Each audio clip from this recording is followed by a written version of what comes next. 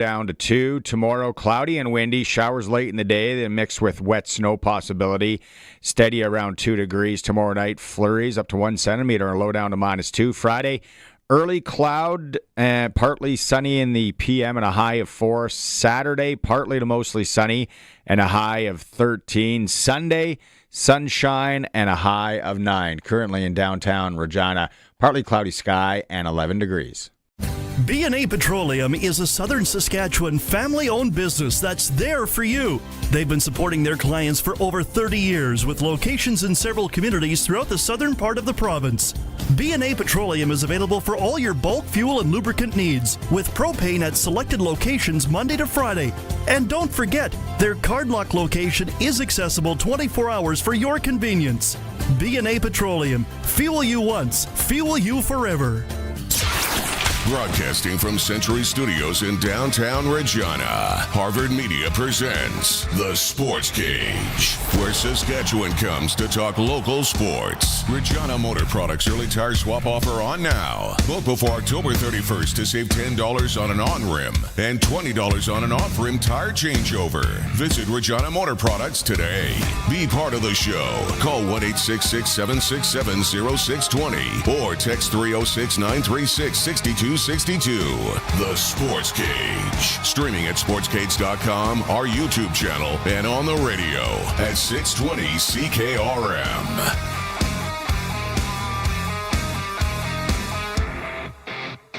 All right. He said it. It's for Regina Motor Products. Snow's coming.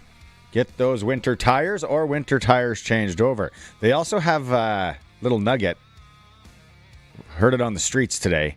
The winter tire offer's now on. A set of 4 eligible winter tires before December 31st receive $120 in instant rebates at RMP.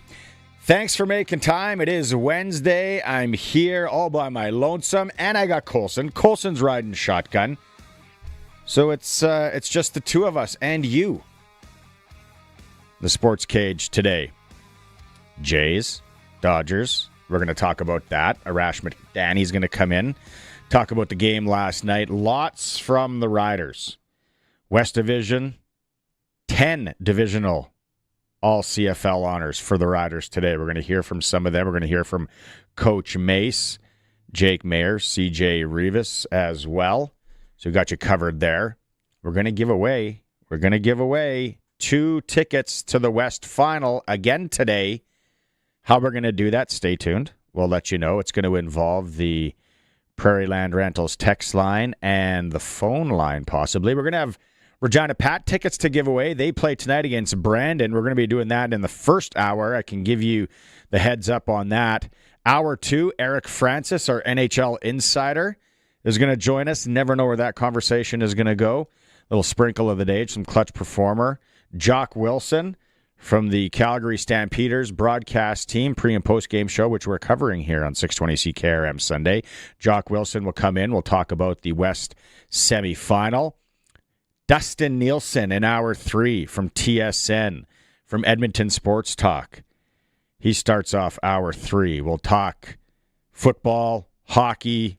We'll throw in some baseball with Dusty as well. We're going to hear the junior football report and a whole lot more. If you're listening to the stream, thank you very much. You can catch that stream anywhere you listen to audio streams. The YouTube channel is always on. Looking forward to the conversation there today through sportscage.com. It's free. This is all free, by the way. I know sometimes my mom is like, well, how do I pay to get on that? You don't got to pay anything. It's YouTube. Just go on. Sometimes you got to deal with about, 50 pop-up ads. Depends what you're watching, but it's free. And then 620 CKRM on the radio, which we found out yesterday. And I got to some of the text messages again this morning. Thanks to everybody who texted in. Colson was overwhelmed, but he made it work. His wheel of winning, it's legit. I saw it. It was jam-packed with people winning, trying to win West semifinal tickets, because all we wanted to know yesterday is, how do you listen? And Colson, it would be radio heavy, then the streams, and then YouTube. Safe to say? For people that were texting in, yeah. Because there's obviously the people on YouTube who are watching and messaging on there. But yeah, people texting in, very heavy radio. Very heavy radio. I feel the people that listen in podcast form after, they kind of get ripped off in this deal. Yeah, if they listen on YouTube, they can comment on YouTube, and we read some of those comments. But again, you're not live with us. It's not as easy to interact. I know. The live thing. Well, maybe we'll try and figure out something for the people that listen tonight or tomorrow morning or when they're out for their stroll, doing what they do. We'll try and maybe figure out there. But we do have tickets to give away again today to the West semifinal. Now, we're going to get to Riders. We're going to get to hockey. We got to start with baseball. We got to start with the Jays and the Dodgers and what they're doing. Did you watch the game last night? Did you watch it, Colson? I had it on in here while I was editing. Kept me distracted. Man, I was the Jays. Excuse me. The line went where they were even more of an underdog, and on Sports Select, I had them. I had the Jays straight win, so it looked great. And then, but it all starts with Vladdy on Shohei. And do we have the audio of that? Hit well to deep left center. And this one will go. It did go. It did. Once that happened, it still wasn't, no one was going, wow, this one's over. It was tight. The question I have today, and this is how you're going to be able to win West Final tickets, where if you're not going to the West Final, I think they almost sold 1,000 tickets yesterday, because you got tickets starting at $33. You got the family, $100 for 2 adults, 2 kids, $25 a ticket. That's crazy talk. Then you got it even gets crazier with the co-op zone. I don't know when that's going to sell out. You go to your co-op, it's only $20 to watch the game. So get them before you don't have them, and then fear missing out, and you're sitting there, all your buddies and friends are going, and you're like, well, why am I'm not going. And let's hope the weather holds off. But we're going to give away the West Final tickets on the show today. And it's through the Prairie Land Rentals text line, 600 Albert Street. Anything you need a rental, you get to deal with the owner. I want to know this Shohei Ohtani. And I've made it known, I'm not the biggest baseball fan. I know a lot of you out there are. I know some of you aren't. And maybe you're not watching what this guy is doing, but he pitches, and he's a really good pitcher. And then when he's not pitching, he plays, I think it's first base, and you're scared to pitch to him because almost everything he hits goes out of the ballpark. Kind of a freak of nature. I'm really just getting into it. I knew what he was doing for the last few years, but now watching it, I'm like, whew. My kid last night comes up to me before he's leaving, he's watching, and he goes, what, did you know, Dad, that he has 7 different pitches? And I'm like, huh? Like, is that even possible in baseball? I'm a fastball guy from way back. I know fastball. You got a knuckler. You got a curveball. You got the drop and the fastball, obviously. Changeup. And then in fastball, you got a rise ball, which is really cuckoo to hit. But I'm like, 7 pitches in baseball. I'm like, how is that even a thing? And then, Colson, you did some research. And you pulled it. If you're watching the stream, there's a little chart here that Colson found. Yeah. Now, again, we are not the baseball experts here. Definitely not. But this chart has 12 different pitches on it. Obviously, you have the fastball. I don't think I realized there's 2 fastballs. There's the 4-seam, that's the fastest you're going. Okay. And there's the 2-seam, which is a little slower, but has some movement on it. Splitter, slider, I've heard those. Curveball, screwball. I don't think anyone's throwing the knuckleball anymore. There's a slurve, which I'm guessing that's like a slider curveball. There's a fork ball. See, when you mentioned that, and you said the fork ball, and I was like, oh, I remember hearing about a fork ball. what the heck is a forkball? And it shows on the diagram. If you're watching the stream, I don't know. Does it drop a bit more than a... It looks like sinker? A slider that drops more, kind of. It's like a sinker that doesn't move as much. I don't know. Maybe. A slurve. Anybody out there know this? Any old pitchers from way back, or bat catchers, even better, the types of baseball pitches. So the question I have to you today, out there, 936-6262, if you want to call in, and this is really going to screw you up, Colson, on your wheel of winning, you get 2 entries into the draw for the West Final tickets. A text message, we're putting you in. In your lifetime, we're all different demographics, and Colson, I'll throw this out to you because you're younger. An athlete, it doesn't have to be a team sport, just an athlete that did something that we might never see again. Now, preface it with, I think we are going to see this Shohei Ohtani thing, the pitcher-batter thing, happen again. Because now it probably will be, I don't want to say a trend, because you got to be a freak of nature and an athlete to do it. But I just think it's going to be replicated.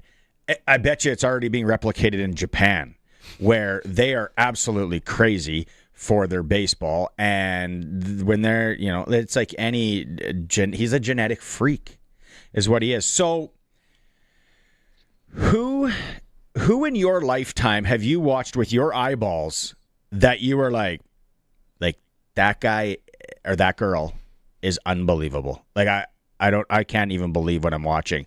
The ones that came to mind for me, along with the Shohei Ohtani fellow, Usain Bolt, 8 Olympic medals, world records still in the 100 and 200 and 4x1. You don't even have to be big into sprinting. Like, I think a lot of us in my demo, you throw out the word Ben Johnson, you chuckle, but then you remember him in Seoul, Korea, built like a fridge with, but a slimmer and his chest. How is this guy? Yeah, well, obviously he was on the juice. Usain Bolt. I just remember the iconic picture of him in the lead looking back at everyone smiling, and he's won the race, and there's still like 10 meters to go. Like, freak of nature. Literally. Freak of nature. Here's another one. Michael Phelps. I don't know, and it's hard to say, that's probably never going to be beat. We're never going to see that again. You never know. And the way kids are training now and supplements. Have you heard of Summer McIntosh? Yeah, Summer McIntosh on the female side.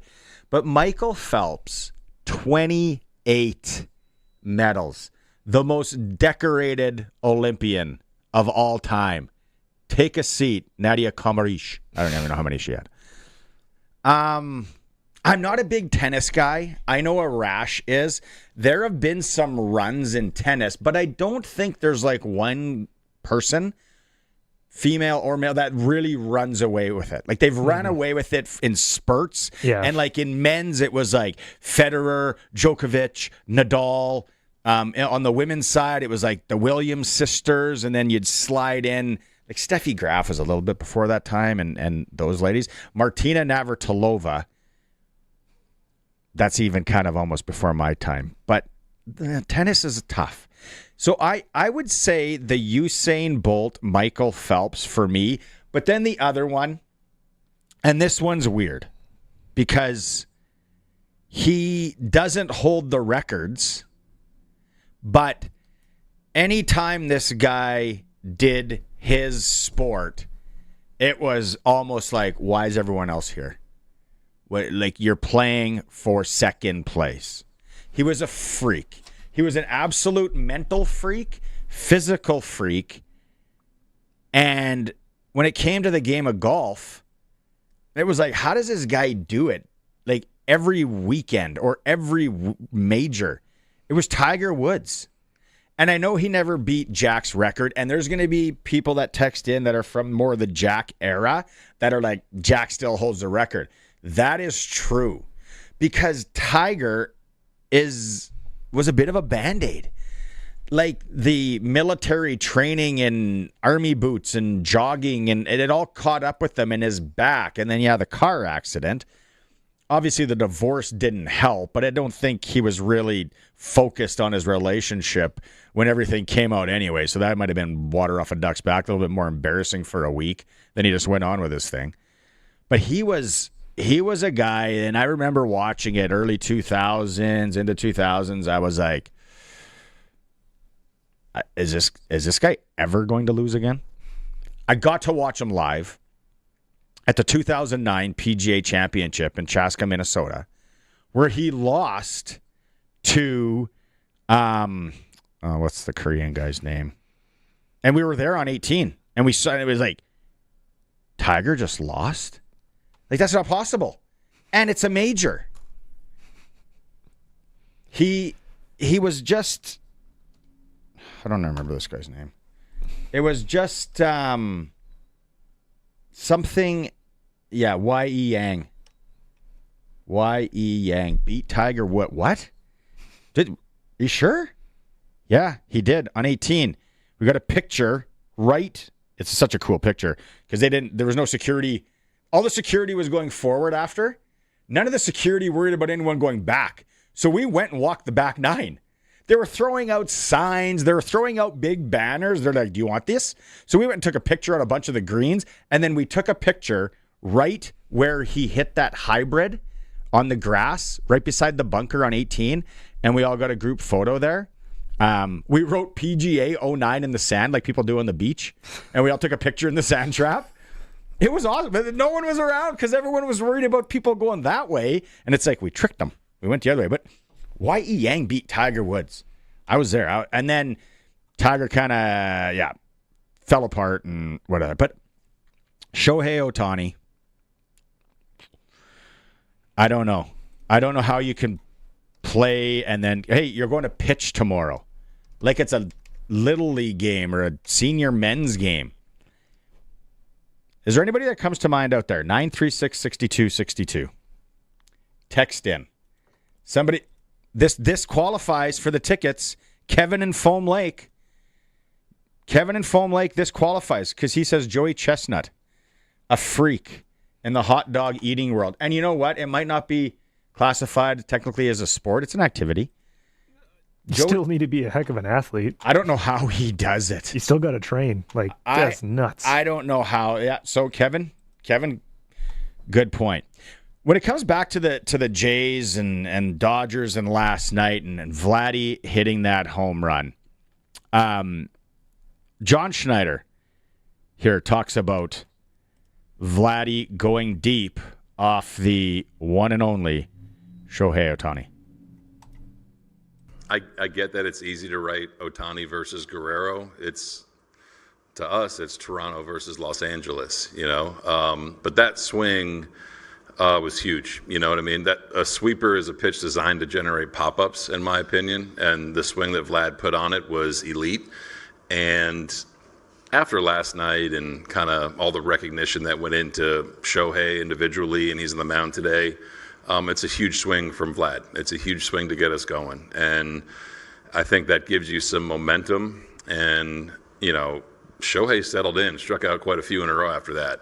But our at-bats there kind of it was a Blue Jay inning, you know what I mean? Varsh, Ernie, and then you kind of went to work. But the swing from Vlad was game changer. Yeah. He did strike out a lot of dudes. He struck out a lot of dudes after that home run. So I don't think any Blue Jay fans out there were thinking, we're okay. Brennan, you are entered for the West Final tickets because even though he might not be totally serious here, he says Duron Carter playing offense and defense for the Riders. I'm waiting for someone to say Travis Hunter, yeah. Because he's kind of doing it a little bit in the NFL. Yeah, they're really limiting his plays, so he's not being as impactful as he could be. I knew I was waiting for someone to text in this, and I think someone else might have, but Jeff, you popped up on the top. And hey, to each their own. Gretzky in his prime. See, I'm kind of around that when Gretzky was doing his thing in the early 80s, and we only had, 3 channels? So when hockey was on, you were watching hockey.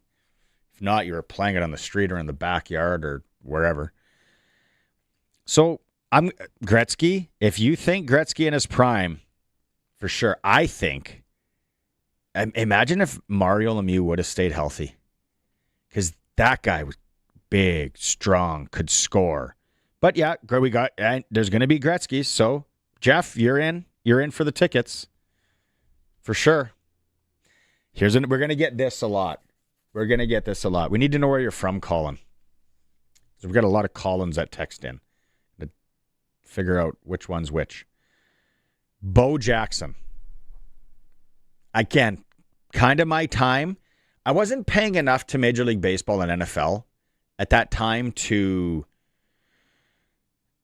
know the greatness and what we were seeing. I've watched the 30 for 30 on him after, and it's just too bad. I think it was his hips that were really bad?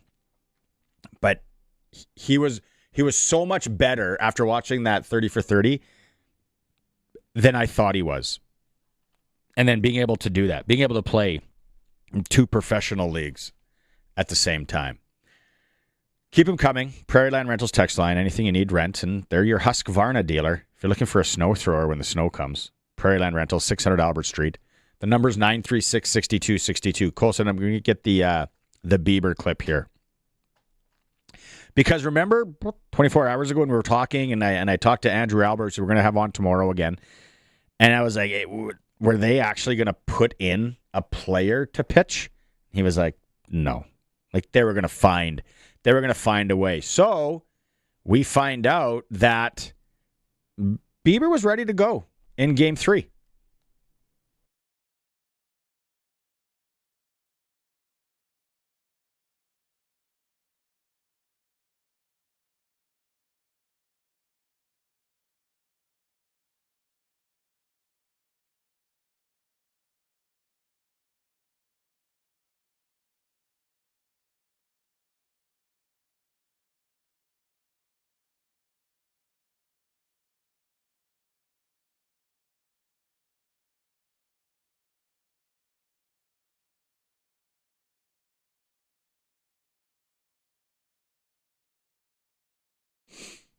Yeah, he sounds like a regular guy.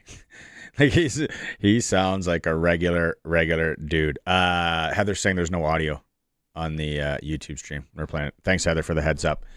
We'll fix that ASAP. Coming in, Roscoe, you're not entered with that. You're not. Sorry, Roscoe. Curtis and Moose Jaw, don't get me wrong. You're not gonna hard pressed to find. I shouldn't say that. I hate when people say that. I'm a big Patriots fan.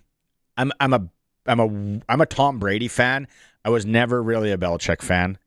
So you're entered to win, but Tom Brady wasn't at this level because Peyton Manning was kind of doing the same thing, figuring out defenses and being so cerebral and all that. But we're going to give it to you. There's no wrong answers here. Curtis from Except Moose Roscoe's. Roscoe, you're definitely wrong answer, man. Devin Hester. Yeah, because he was a one-trick pony, but he was a little bit of a cheat code for a bit. It says Well from Regina. Should it be Will? Did he spell that wrong? Or is his name Well? Hey, my name's Barney, so I'm the last guy to judge on names. I just want to make sure you got that right in case you win. Jordan, come on, man.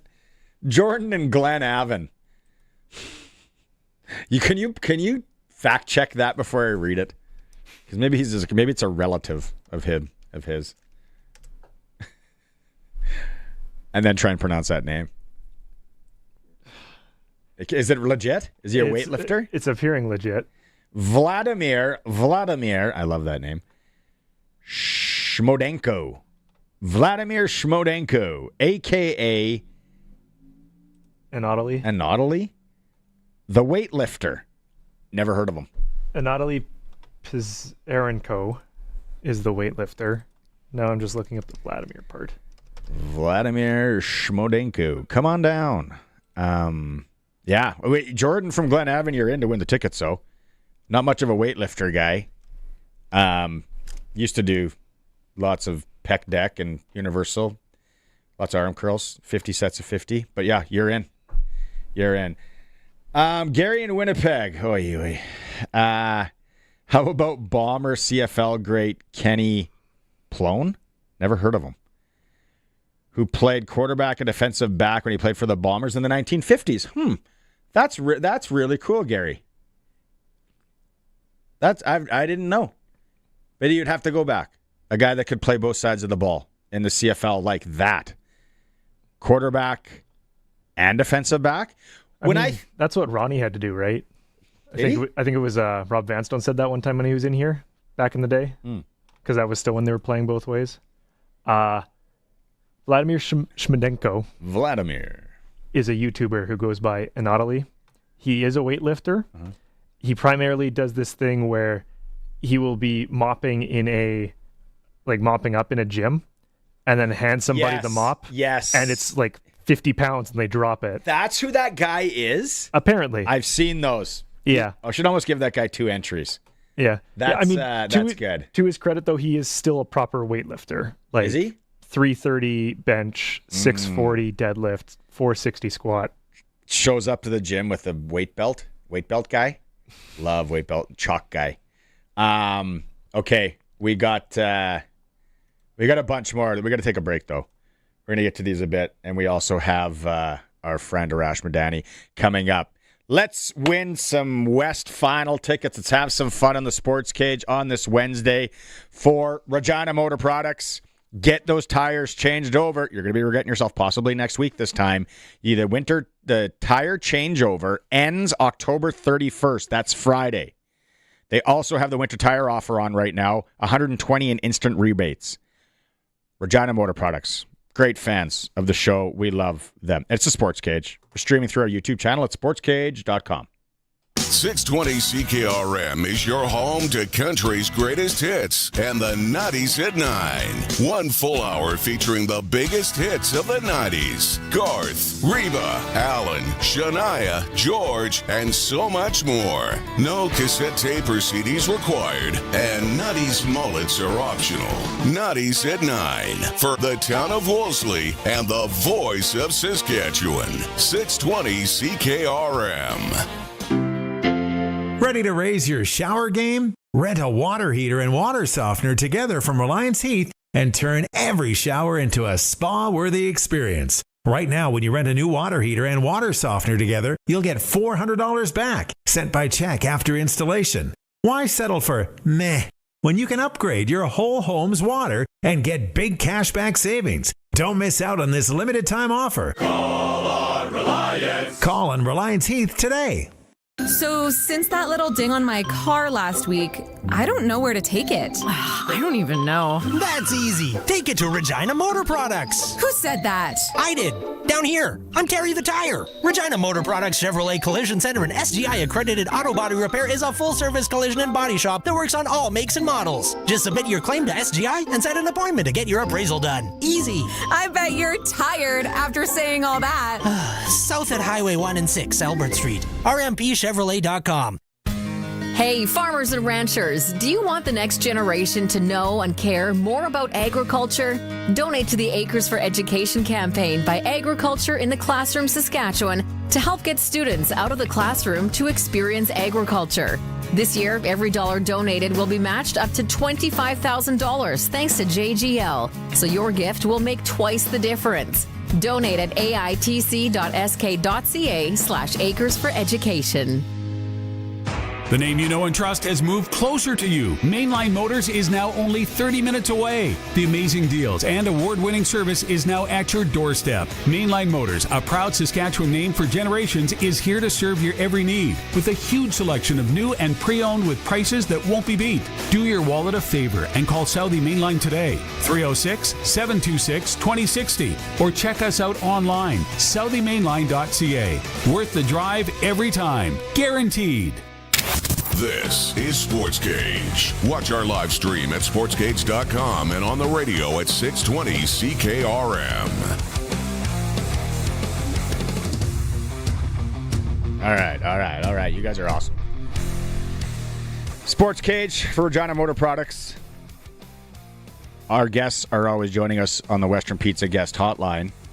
Made the mistake of not eating again today properly, so come 5 o'clock, going to be hungry. It might be pick up a wheel, watch baseball night, maybe some souvlaki, dry ribs. Souvlaki day, some salad.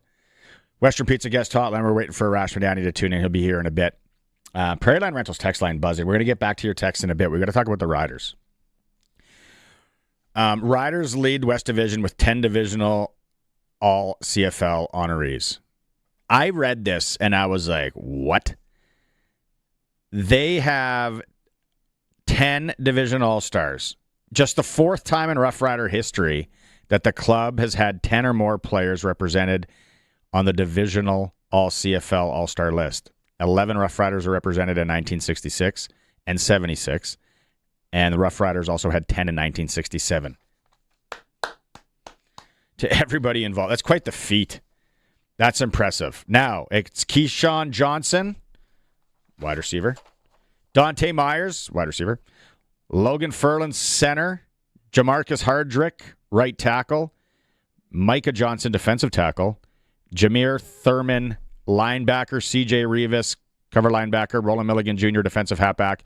And my boy, Tavon Campbell, cornerback. But the other guy there for the 10th is Jacob Brammer, right guard. Nice to see. Here's Brammer talking on what it means to be a CFL all-selection. It means a lot. I mean, it was a big surprise to me this morning when I saw it. Like, I never expected it, but really good surprise to have this morning. So excited about it, but work's not done. So there we go. Work's not done.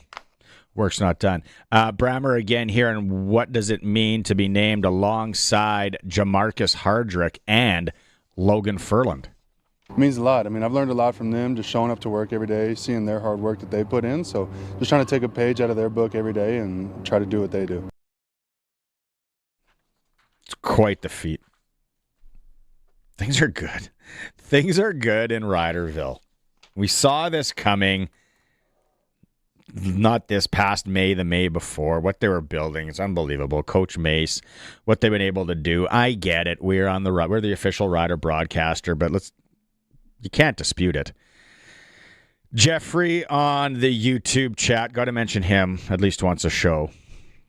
Jeffrey says, Stamps did well with 7. I agree, because going into the season, let's remember, Stamps, we thought they might be a little bit of a dumpster fire.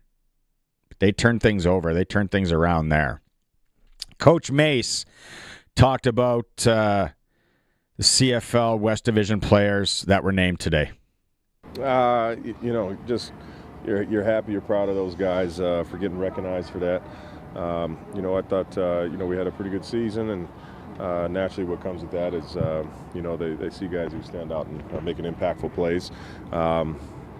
We acknowledge it today and showed love, but we just got work to do, man. It's hard to believe. 10 or more players represented.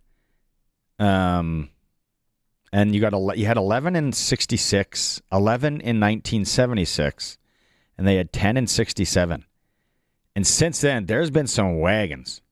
They've had some good teams. Some of them underachieved in the playoffs. Some of them went and ran the table.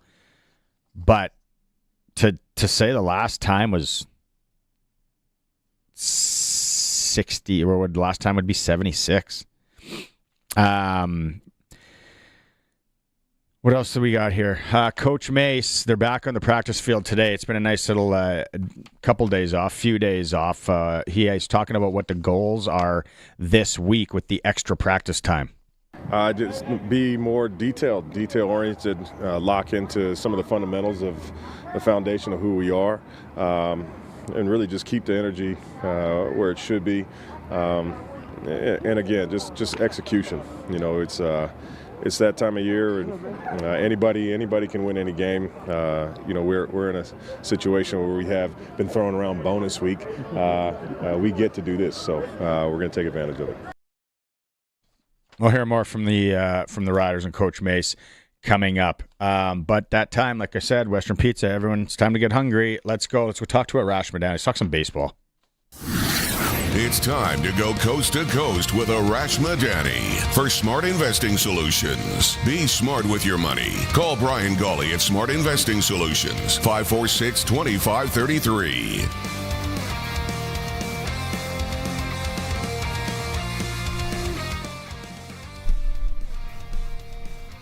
Can you hear me? Testing. Gotcha, 1, 2, testing. Okay, before we get going, I got to throw in this to you quick. So we've got about 8 minutes with you. I don't want to waste time. But I've been asking people in the text line, Prairieland or Western Pizza guest hotline, Arash joining us, Prairieland Rentals text line. It's steaming because I'm thinking last night, watching it with my son. You're texting, you think it's really cool that I'm watching it with my kids, and I'm like, what does this remind me of? Like watching what this guy is doing. And obviously in baseball, I don't know. I don't watch it closely enough. It hasn't been done since Babe Ruth and, being able to pitch and hit. And then I start thinking about what about just athletes in general that I've watched in my time with my eyeballs that you kind of go, well, I don't think I'll ever see that again, or I might never see that again. So off the gun, I was like, Usain Bolt. And I'm like, I don't know. Michael Phelps, like 28 medals. I don't know the tennis game enough. I know but tennis it always is like, okay, this guy was really good, and then this guy was good, and this guy's good on clay, and this guy's good on grass, and this guy's good on rocks or whatever they play on. Let me throw this one at you, Barney. If you're of a certain vintage, I mean, Bo Jackson and Deion Sanders were playing two sports at the same time. Prime Deion. Yeah. Remember, played an NFL game at 1:00 and either an NLCS or a World Series game at 8 on the same day. Wasn't it a helicopter trip involved in there? Yeah. And Pat O'Brien of CBS Sports, this is before you created your own content. He was on the ride with Prime Time. But Bo was out of this world. Like Bo was just a machine. We've had Bo. We've had people text in Bo. There we go. We have Devin says Deion Sanders. So there's I got about 30 text messages to get to here. But then here's the other thing, Arash. Last night, my son, who's watched literally 2 Major League Baseball games in his life, he's been to a couple live ones. He doesn't really remember them because he was running around eating Cracker Jacks and screwing around up in the whatever at the Arizona park there. But he goes, hey, did you hear that Ohtani guy can throw 7 different pitches? And I'm like, is that possible? That's like, possible. So then Colson looks it up, and here's the chart again. I didn't even know there was that many types of pitches in baseball. But who else throws even remotely that many? Arash, I just educate me. Nobody. Which makes the Guerrero home run even that much more impressive when you consider the arsenal, when you consider the stuff, when you consider the rivalry between the friendly rivalry between the two of them, when you consider that they were trying to bring Ohtani to Toronto and it didn't work out, and then they ended up giving Vlad the bag. And then really, with the season on the line, Guerrero just smashes a 2-run over the left field wall, and that's the reminder of, oh man, he's mortal. And from there, Ohtani wasn't lights out anymore. Yeah,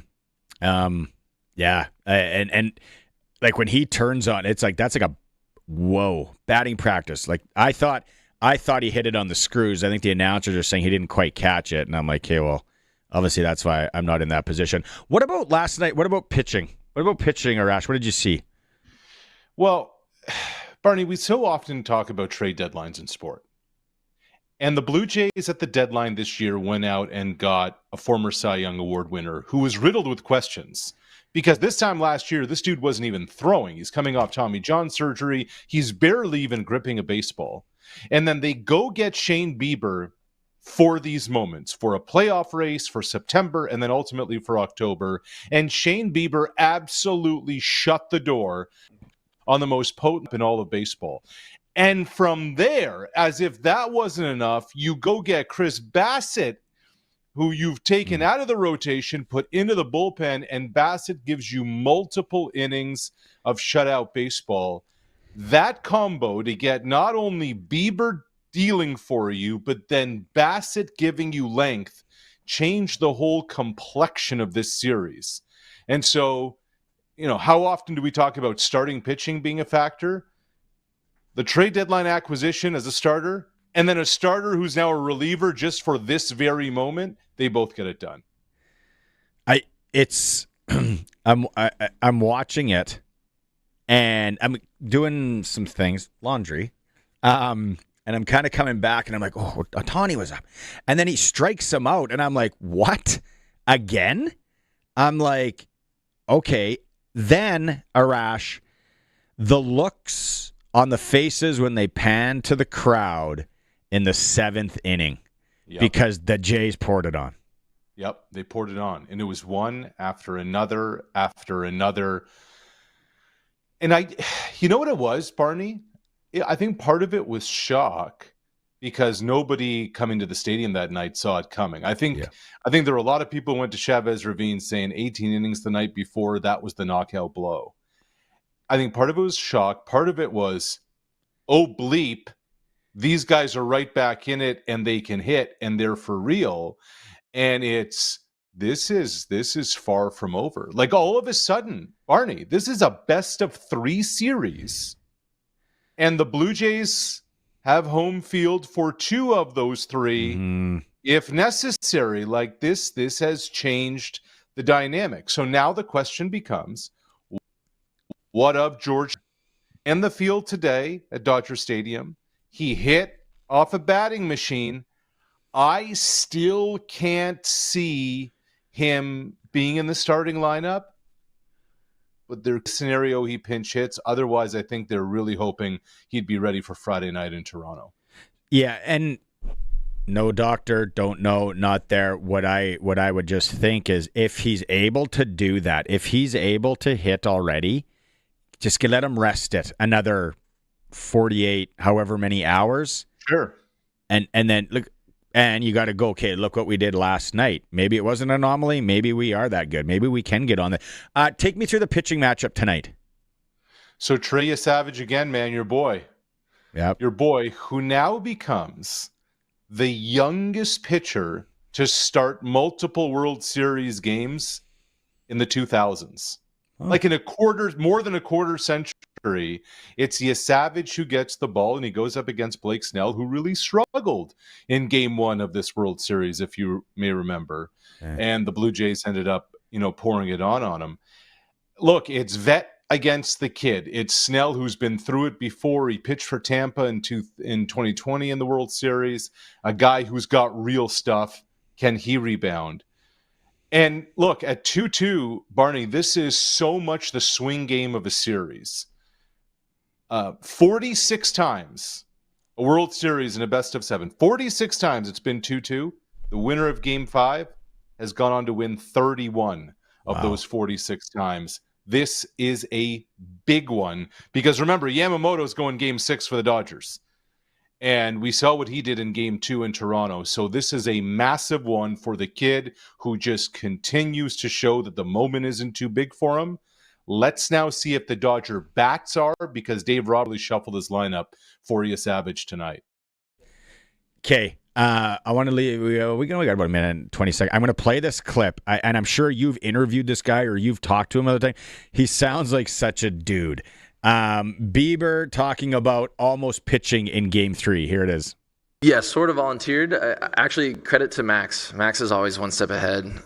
He started last night, right? And then we find ourselves in like the 11th or 12th inning, and he's like, Beebs, if this gets squirrely, you could tell the wheels were turning. And he's like, can you pitch? And I was like, yeah, I can. And so went and told Schneids and Pete, and Pete was like, yeah, we might need you as a last resort. And I think I was probably very close to getting the ball. But ultimately, I choose to believe it's working out the way that it's supposed to work out, and was able to make the start tonight. That's exactly how I would think it would go down. It's like just buddies talking, right? You know? I don't know if you paid attention to that dugout, Barney. Max Scherzer will talk to anybody who will listen.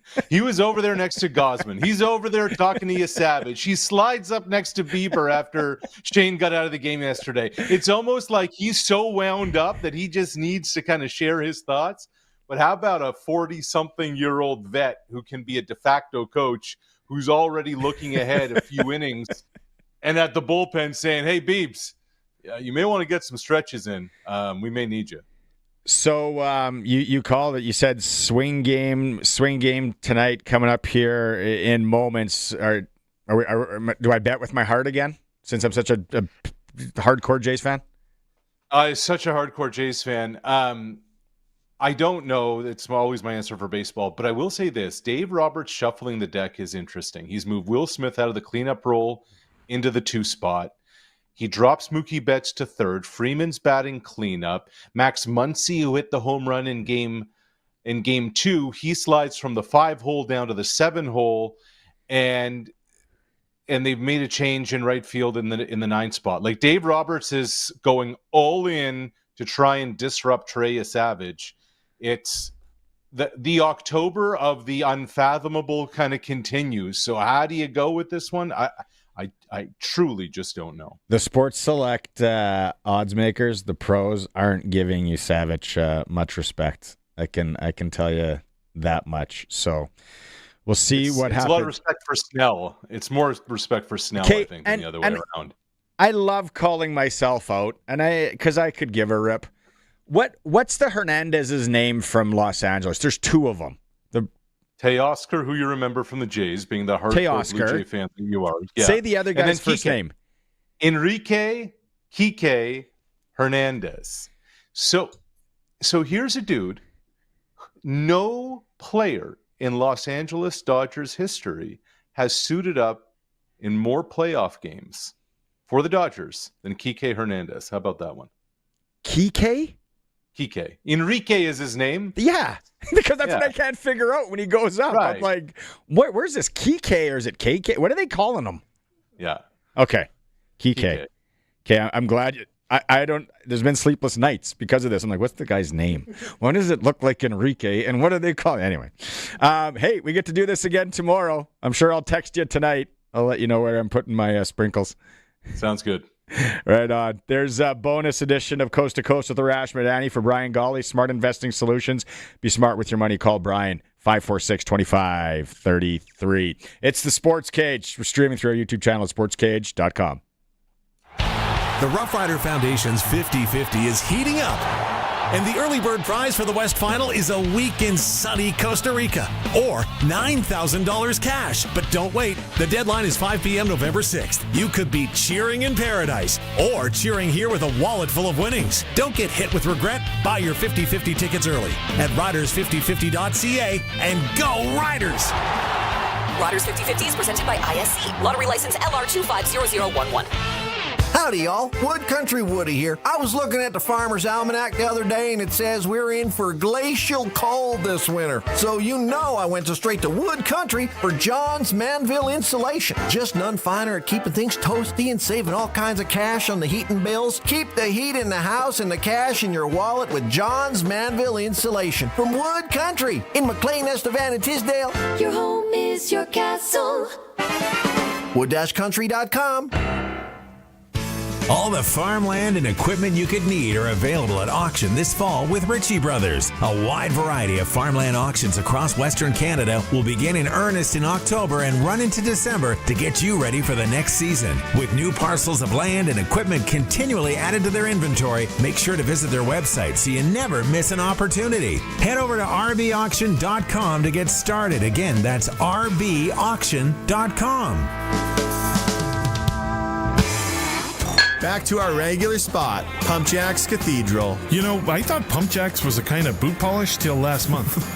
What are you getting? Kerwin's crispy ribs and a cold pint of local craft. Crispy, meaty, beautiful. You had me a meaty. Plus, we got live music on the weekends, big screens. This place is basically my second marriage. And way cheaper than the first. On the corner of Albert and 13th, Pump Jack's Cathedral Saloon and Steakhouse. Come early, stay late. The place where friends meet. It's time for the Sports Ticker. Brought to you by Reliance Heath Water Heater Rentals. Bundle and save with Reliance Heath. Rent a new water heater and softener together and get $400 cash back. Call on Reliance Heath today. First pitch of Game 5 goes at 6 o'clock in Los Angeles. Should be a good one. Western Hockey League tonight right here on 620 CKRM. The Pats are home to the Brandon Wheat Kings. Saskatoon continues their swing in the States in Spokane. Prairie Junior Hockey Pilot Buttes in Saskatoon to take on the Wesleys. AAA Notre Dame's in Moose Jaw. Estevans in Yorkton. Only one National Hockey League game. The Toronto Maple Leafs play Columbus at 5:30. Sports Ticker is for bundle and save with Reliance. Rent a new water heater and softener together. Get $400 in cash back. Call on Reliance Heath today.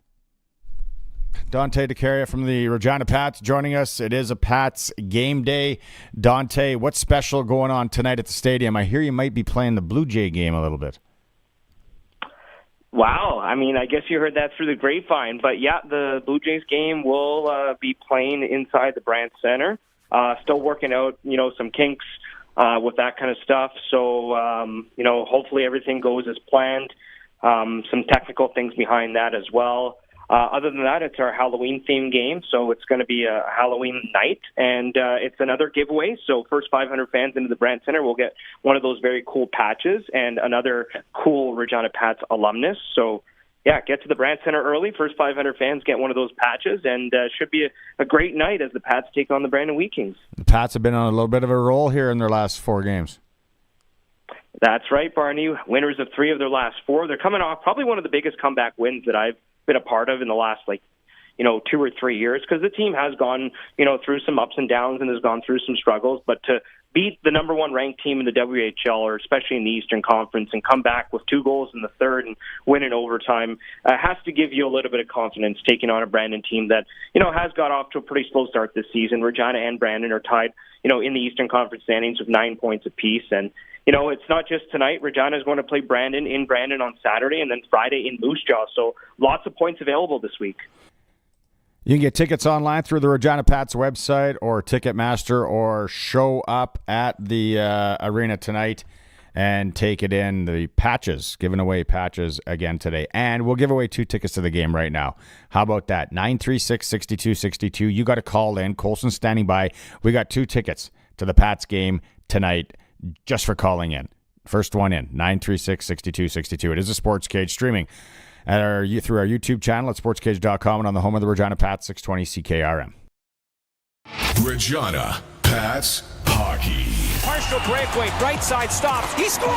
Then at Dunlop Ford, Regina Pats Hockey is back on your official voice of the Pats, 620 CKRM. Tune in to Puck Drop tonight at 7 when the Brandon Wheat Kings take on the Regina Pats at the Brandt Center. Game day tickets are available now from the Pats box office. Don't miss a minute of the action.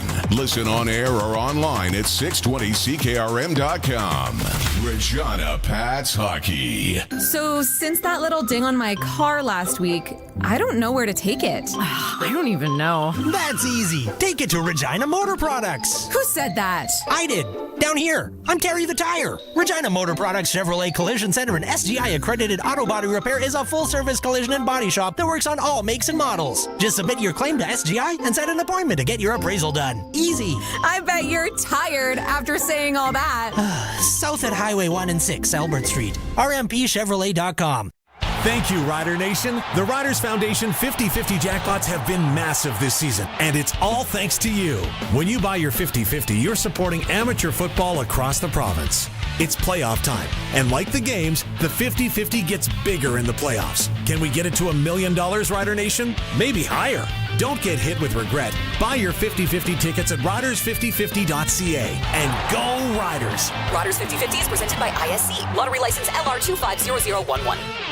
Freeze Tallman wants you to get her done before the winter. They can save you time and hassle by delivering your building materials directly to your home or cottage. They have siding, roofing, brown-treated lumber, composite decking, aluminum railing, fencing, everything you need to finish your outdoor building projects before snow falls.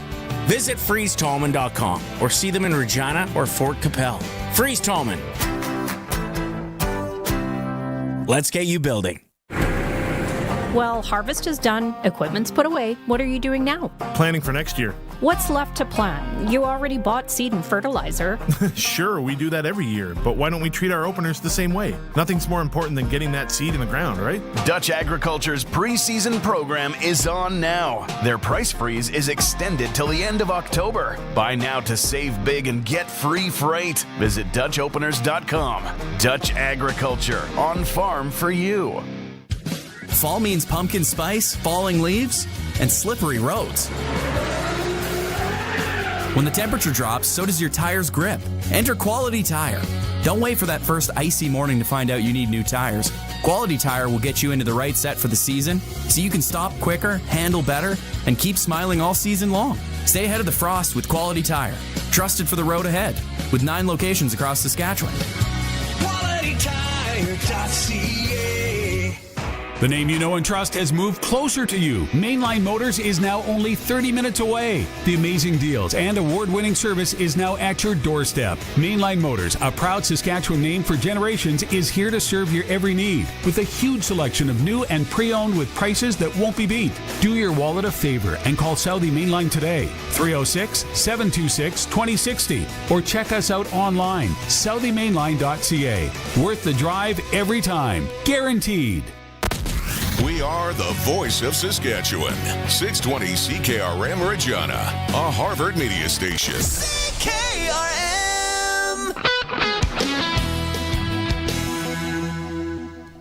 It's 4 o'clock. Good afternoon. I'm Corey Atkinson from the SaskToday.ca newsroom with your 620 CKRM News. After years of issues and complaints, the province has directed the Saskatchewan Health Authority to return to its previous employee scheduling systems. The move follows ongoing problems with the Administration Information Management System, or AIMS. About 7,000 employees in the former Kelsey Trail and Cypress Health regions are affected. Health Minister Jeremy Cockrell said he toured around the province this summer with another minister, talking to healthcare workers about their concerns. And based on that feedback, Mr. Speaker, this government is not willing to spend any more money on a time validation and scheduling part of the AIMS project that is not meeting the needs of healthcare workers in this province. The change does not impact payroll or human resources, which remain stable. The SHA and 3S Health plan to complete the transition by November 30th, with support for staff to avoid service disruptions. A new cultural hub is coming to Regina's Real District. Brand Group owner Sean Semple has unveiled plans for Queen City Distillers, a $20 million redevelopment at the former YQR distillery site. The project will include a liquor store, restaurants, bars, and multi-level music venue. Semple says the space will bring people together through great food, drinks, and live performances. Brand Vice President of Marketing Matt Semple explains. We have this long history of gathering and celebrating, and we're sitting in a building that isn't great to gather in. It might be great for a press conference like today, but we hope, in about a year's time from now, this is going to be the new gathering spot for folks in Regina with what we plan to build out here. The project, expected to create over 150 jobs, will feature designs by Caffarelli Concepts and Design Agency. Canada Post is cutting an unspecified number of management jobs. It told workers in a letter earlier this week that Canadians have changed the way they use the postal service, and the company must change with them. The layoffs come as Canada Post works to reach a new contract with its roughly 55,000 unionized employees who have been on the picket lines for more than a month as they take part in rotating strikes. Swedish aerospace giant Saab is considering Canada among the potential places it may expand Gripen fighter jet production in response to increased demand from Ukraine. Saab CEO Mikael Johansson says in recent interviews with financial news publications, the company is searching for ways to expand production, possibly in Canada or elsewhere in Europe. He says Kyiv's interest in purchasing up to 150 Gripen fighter jets would double the defense company's production needs. While Saab has production lines for the jets in Sweden and Brazil, the company had said that the fighter aircraft could be assembled in Canada back when it had pitched Ottawa on the Gripens as a replacement for the CF-18s. Kyle Duggan, The Canadian Press, Ottawa. And Halloween isn't just for kids. An increasing number of adults appear to be taking in spooky season celebrations. An online Leger poll found 31% of respondents say they will celebrate Halloween this year with a special event such as a costume party or horror movie night. That's an increase of 6 percentage points over last year.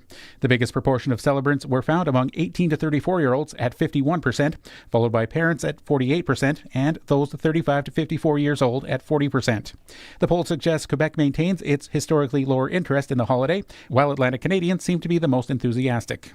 That is your 620 CKRM News. Read more stories from around your community and around the province at sasktoday.ca and 620ckrm.com. Your weather is next. Weather brought to you by Line X Regina. Serious protection, killer looks. 1865 McCarra Street. Weather tonight, evening showers possible in the area and getting windy, a low down to 2. Tomorrow, cloudy and windy, showers late in the day, then mixed with wet snow possibility. Steady around 2 degrees. Tomorrow night, flurries up to 1 centimeter and low down to -2. Friday, early cloud and partly sunny in the PM and a high of 4. Saturday, partly to mostly sunny and a high of 13. Sunday, sunshine and a high of 9. Currently in downtown Regina, partly cloudy sky and 11 degrees. For 40 years, the team from Line X Regina has been protecting vehicles across Saskatchewan, and we're changing with the times. 3 generations of our family have protected your vehicles. Our business has evolved, and we're not stopping now. The next generation is here. Same family, same commitment. Ready for the next generation of truck beds, rocker panels, trailers, bumpers, and running boards in all kinds of colors. Line X Regina, 1865 McCarra Street, the next generation of protective coatings.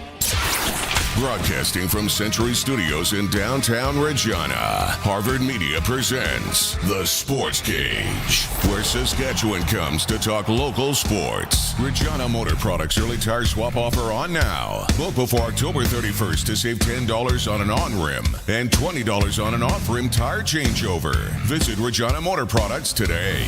Be part of the show. Call 1-866-767-0620 or text 306-936-6262. The Sports Cage. Streaming at sportscage.com, our YouTube channel, and on the radio at 620 CKRM. Welcome back, Hour 2. Eric Francis going to be coming up, our NHL insider here in a bit. Jock Wilson from the Calgary Stampeders broadcast team. We'll talk to him. Sprinkle of the day, some clutch performer action. We got those tickets, West Final tickets to give away. We're asking people just with this Shohei Ohtani thing that everyone's watching as the Blue Jays are now playing. And I get the hardcore baseball fans, you know, and this has been going on for a while, but just athletes that we've seen in our time, your time, if you're younger, doesn't matter, that are just like, I don't know if we're ever going to see that again. Like freaks of nature. The one I threw out was Usain Bolt, Michael Phelps, and there's been some really good ones. One that we got here, Lee Corso at FSU, Garrett and Regina. I don't know enough about that, but we're throwing it in there. You're in to win the tickets. The weightlifting guys got now a couple of people jumping on that, and I love those videos. Brendan said, "How about Gordie Howe or Jaromir Jagr playing pro hockey in their 50s. Not bad. Entered to win. Doesn't matter. Boys, what about the outstanding DN that dominated both the CFL and NFL? None other than Cameron Wake, Sid from Lumsden area. Good one, Sid. He was unbelievable. You know when I think CFL and absolutely dominating the league, who I think of right away? Doug Flutie. That's me. Doug Flutie. Tracy Ham was good too. I was a big Tracy Ham fan, actually. I think I mentioned that here before. James is forgotten today in CFL All-Star selection. Our own A.J. Allen, 6 tackle. Yeah. Riders, if you missed it. 10 divisional All CFL honorees. We're going to hear more from the Riders on that coming up in a bit. Keep the text messages coming if you want to be entered to win West Final tickets. 936-6262, Prairieland Rentals. Anything you need on the rental side coming up here fall and winter, and Husqvarna dealer when the snow throwers are needed. 600 Albert Street. Let us know if there's any... Tim Wakefield. Someone sent in Tim Wakefield. That was a little bit of a weird thing. I always couldn't figure out how he was getting it done. I'm like, why don't they just smash that thing onto Boylston Street in Boston? And a lot of people did. Michael Jordan's been a few. We've had Gretzky's. Somebody mentioned about, I played fastball. We used to have guys pitch 4 games in one day. I'm a fastball guy. I remember those tournaments. I remember watching Gene McWillie and Don Bates and Robbie Scheller, Chuck Hard, 2 games a day. Gordie Howe in Saskatoon. Yeah, fastball is a different breed. Warren Moon, CFL. Yeah, he tore it up. That was kind of before my time. You're all entered to win tickets. All good. Val, you're entered to win. Good one. Okay, let's get it going here. Can't keep this man waiting. Extremely busy. He's on the road with the Flames. Eric Francis, here we go. Now for Inside the NHL with Eric Francis on the Sports Cage. Inside the NHL is brought to you by Sports Select. Getting in on more of the sports action you want is as easy as playing at sportselect.com. Simply make your picks online, generate your QR code, and lock in your bet at your local Lotto Spot retailer.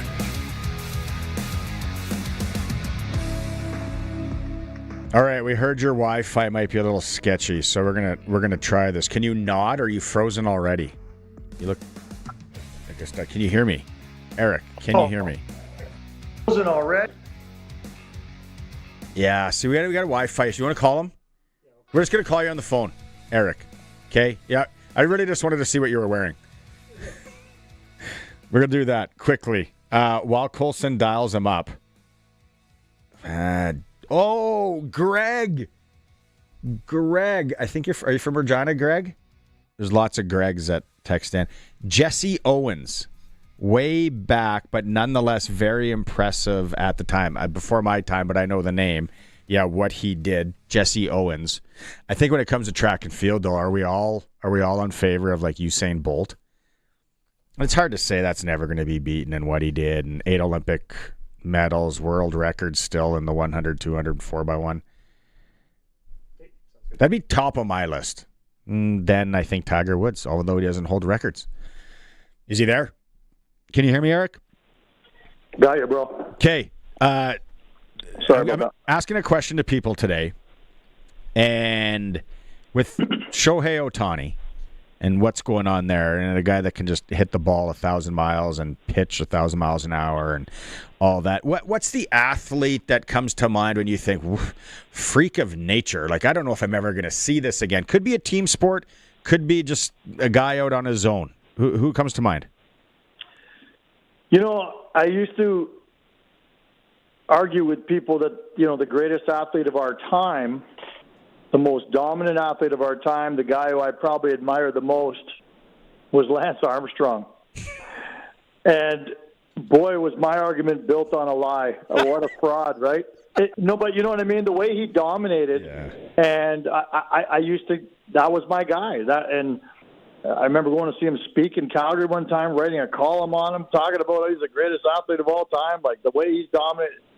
Anyway, in time, we realized sometimes people aren't, or what they've accomplished wasn't really even real. Barry Bonds comes to mind with that one as well too. But and I know where you're going with all this, but to me, Ohtani has been he's on top of my list, has been for a while, in terms of a guy who's the most dominant athlete of my time. And now, I guess there's two different questions too. Like you said, I guess the way you word it, who's the most dominant, who's the greatest, who's the, I guess it kind of depends how you word it.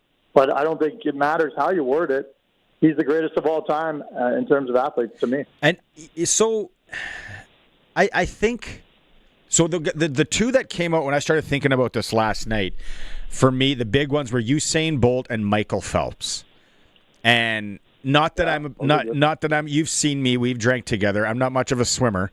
And Usain Bolt, like those two guys, like I just don't know. 28 medals for Phelps, like Summer McIntosh is on her way. But then the other guy, Eric, and he didn't set the records. But you and me being massive golfers, is that stretch of what Tiger Woods was doing. It was like, why is everyone else even showing up? Oh, without question, right? I mean, but he still didn't break Jack Nicklaus's record. Now, we could sit here and talk about, well, Jack didn't have much competition. You could argue maybe Tiger didn't have that much competition. But the way he did it, it was spectacular. And you could probably put him in that category of the greatest run of all time in terms of that window where he was dominating. I remember covering, those were the years when I was covering majors. I covered, I think, 12 majors. And I'll never forget going to the 2000 Open at St. Andrews. And you go into Ladbrokes. The Brits were so far ahead of all of us in terms of betting. Yeah. And you'd go into these little betting shops, and it was a straight-up 1-to-1 proposition. Tiger Woods or the field. Isn't that amazing? And I'm sitting there. I remember pulling out 200 pounds and saying, I think I'm putting it on Tiger. But it seems like the dumbest bet I've ever made, but I got to make a bet on it. You can't not bet. I mean, I don't say that now, but back then I'm like, God, when am I ever going to walk into a betting shop again? Who knew? But, 1-to-1. A field of 156 golfers or one guy. And you're a good golfer. You play a lot. Every single swing, you are one swing away from disaster in that game. Always. Every swing. Yeah. And he never, not never, I mean, he didn't win every tournament, but God, he won a ton. So yeah, he's definitely in that conversation for two. And look, Gretzky, is the greatest hockey player of all time, or he's certainly in that conversation. But I'm not putting him as the greatest athlete of all time. I'm not sure he's quite in that discussion. Yeah, I don't even know how I want to. I'm really grappling how I'm wording this. It's more like the eyeball freak of nature thing that you're watching it on TV or watching it live, and it's like, well, how is this happening? Is this because the Ohtani thing is right there for me? It's like, okay, hold on, this guy just hit how many out of the yard, and then now he's pitching, and he's got 7 different pitches, and then they're staying away from him when he's at I'm just like, yeah, this is my boy is kind of just right into it. But the other thing, Eric, too. The last thing maybe on this, but we got lots of time. You're not busy. Is what I think we're going to see this again because now how kids train and around the globe, there are some freak of natures just genetically. And who knows what they got going on in Japan where kids want to be the next Shohei Ohtani that can hit and pitch.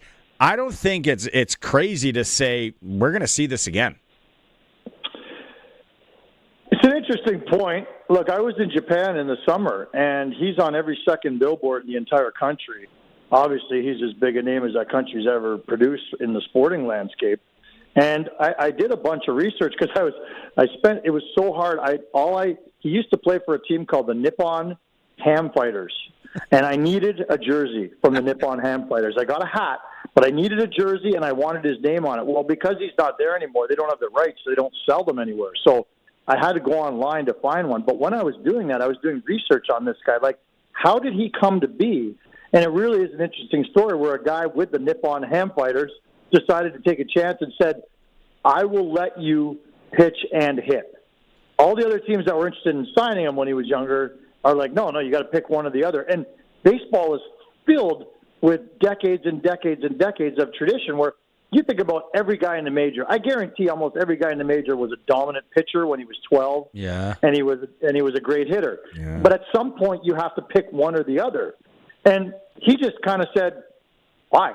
Why do I have to? Yeah. And that was the GM at the Nippon team. He was the only guy who said, yeah, why? I'll give you a chance to try both. Now, if it didn't work out, I'm sure the owner would, or the GM would have quickly said, this ain't working out. You got to pick one or the other. But he was the guy chiefly responsible for letting him try both. And even when he came to North America as a highly touted Japanese player, there were still lots of questions as to whether or not, you're in the bigs. You probably can't do both, so you got to pick one or the other. And I'm so happy for sports history that he said, no, I think I could do both at the highest level. They gave him a chance to do it in Anaheim, and he did it. So it's a great story. When he was playing early in the playoffs this year, my mother was visiting, and I'm constantly explaining stories to my mother about the sports world. She doesn't follow it that closely. I said, this guy right here on TV, right now on your screen, might be the greatest athlete of all time. And she's like, well, who is he? What's his name? And I told her. And about right on cue as the greatest athlete of my time, he hits a dinger to open the game. Right in front of my mom, my wife, and I. And I'm like, there you go.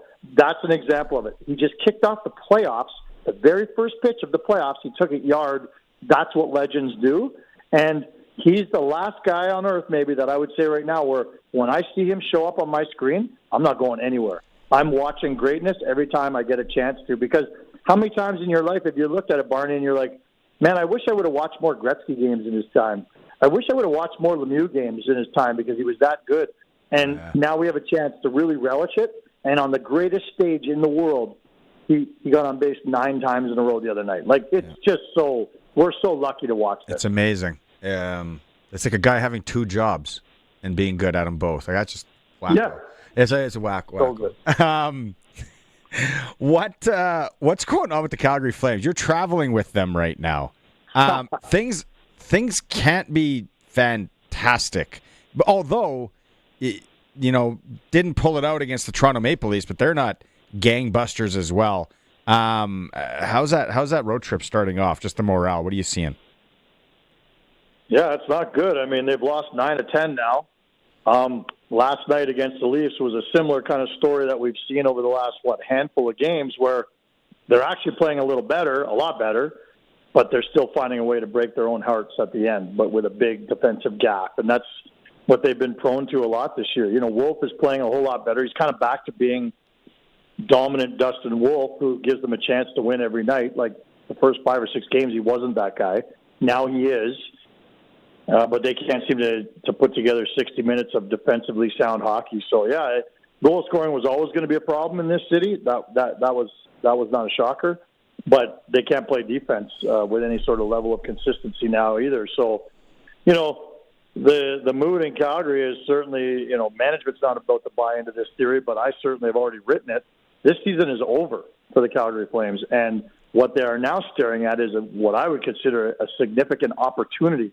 You've got an ownership group that's not interested in not making the playoffs and tearing down and rebuilding from scratch, but you're almost forced to for at least 1 year.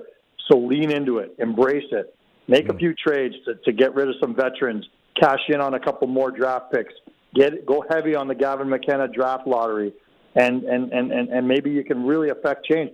This is a star-driven league, and if you don't have stars, you're left in the dust. And we've seen that in Calgary forever. How many stars have we had come through Calgary?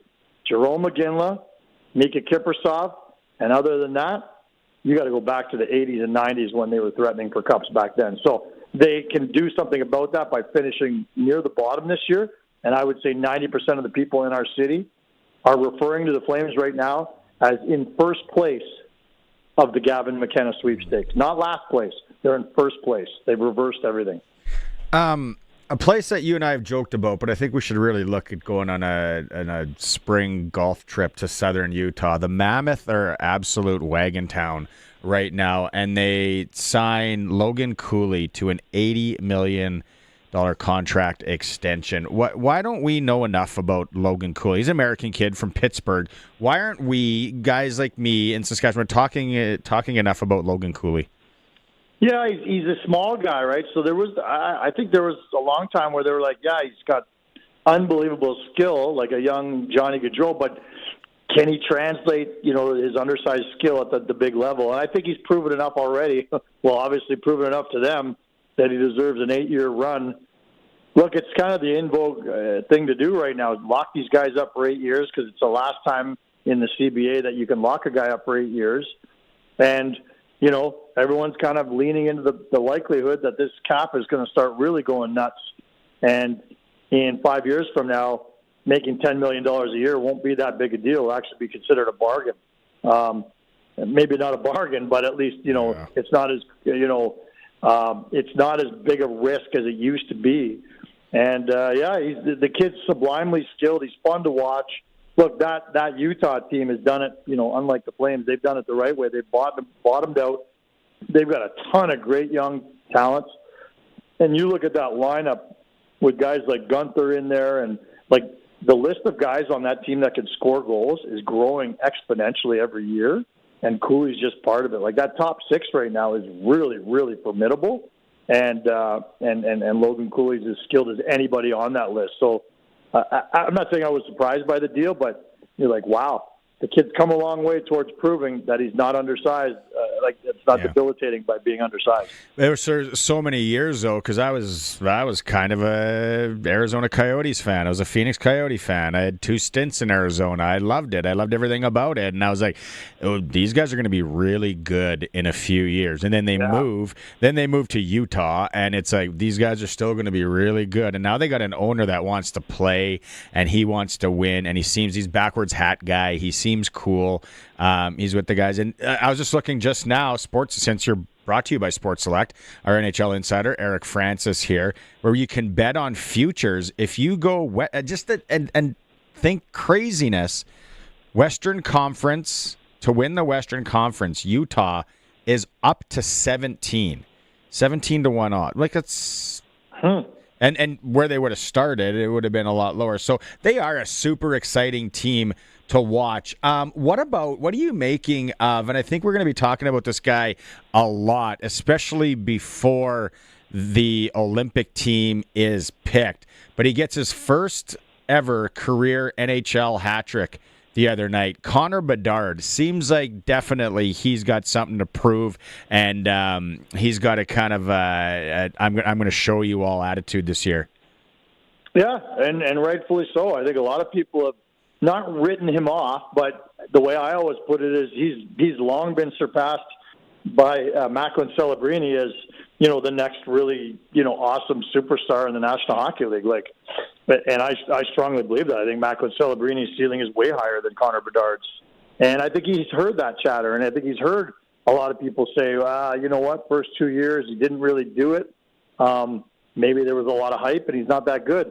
And, hopefully that fuels him, and maybe that's part of why he's starting to bounce back. But, look, it's a failure on his part to kind of make that breakthrough and really be the superstar that people thought. But I think a lot of people look at it and say it's a bigger failure by the organization to not surround him with enough talent to have that opportunity. I mean, I don't care how good you are, unless you've got some guys who can pass it or finish it around you, you can't go out there and put 90 points up on the board. So I still think they're 2 players short of having him on a good line, but and that's an indictment on Chicago, not him. But so yeah, it is interesting. Hey, listen, I have a question for you, and maybe it's a bit of a homework assignment because Sports Select is our great sponsor. I'm never quite sure when you bet on, say, Utah to win the West. Are you betting on them to finish first in the standings in the regular season? No. Or is that a wager on them to be the last team standing at the end of the Western Conference Final? Last team standing. It's always that way? Mm-hmm. Because then if you want, so what you can bet on at the end of the regular season is Atlantic Division winner, Central Division winner, Metro, Pacific. Like they have all that too on their futures. It's actually quite crazy when you go through the futures on Sports Select. Like we're talking hockey leagues from overseas, Eric. They have the champion of the Swedish Hockey League that you can bet on right now, where looks like it's going to be a tough year for Leksands in the Swedish League. They are. This is Skellefteå's year for sure.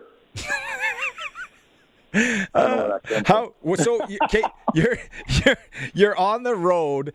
I take it you're still not in Toronto, but you were there with the whole Jays thing. What was that like? I flew out of Toronto this morning. You know where I'm sitting right now? Jason York. Remember that name? He played 700 games in the National Hockey League. He does our color on our broadcast now. The Smiths Falls Bears of the CJHL in 1986-87. Look at you, kid.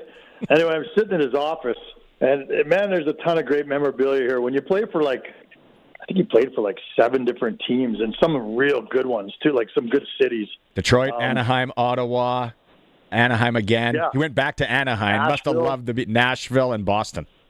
Boston, yeah, he was in some good spots. Anyway, I'm here now, but yeah, going back to Toronto, he's having a little party tonight so we can watch the World Series.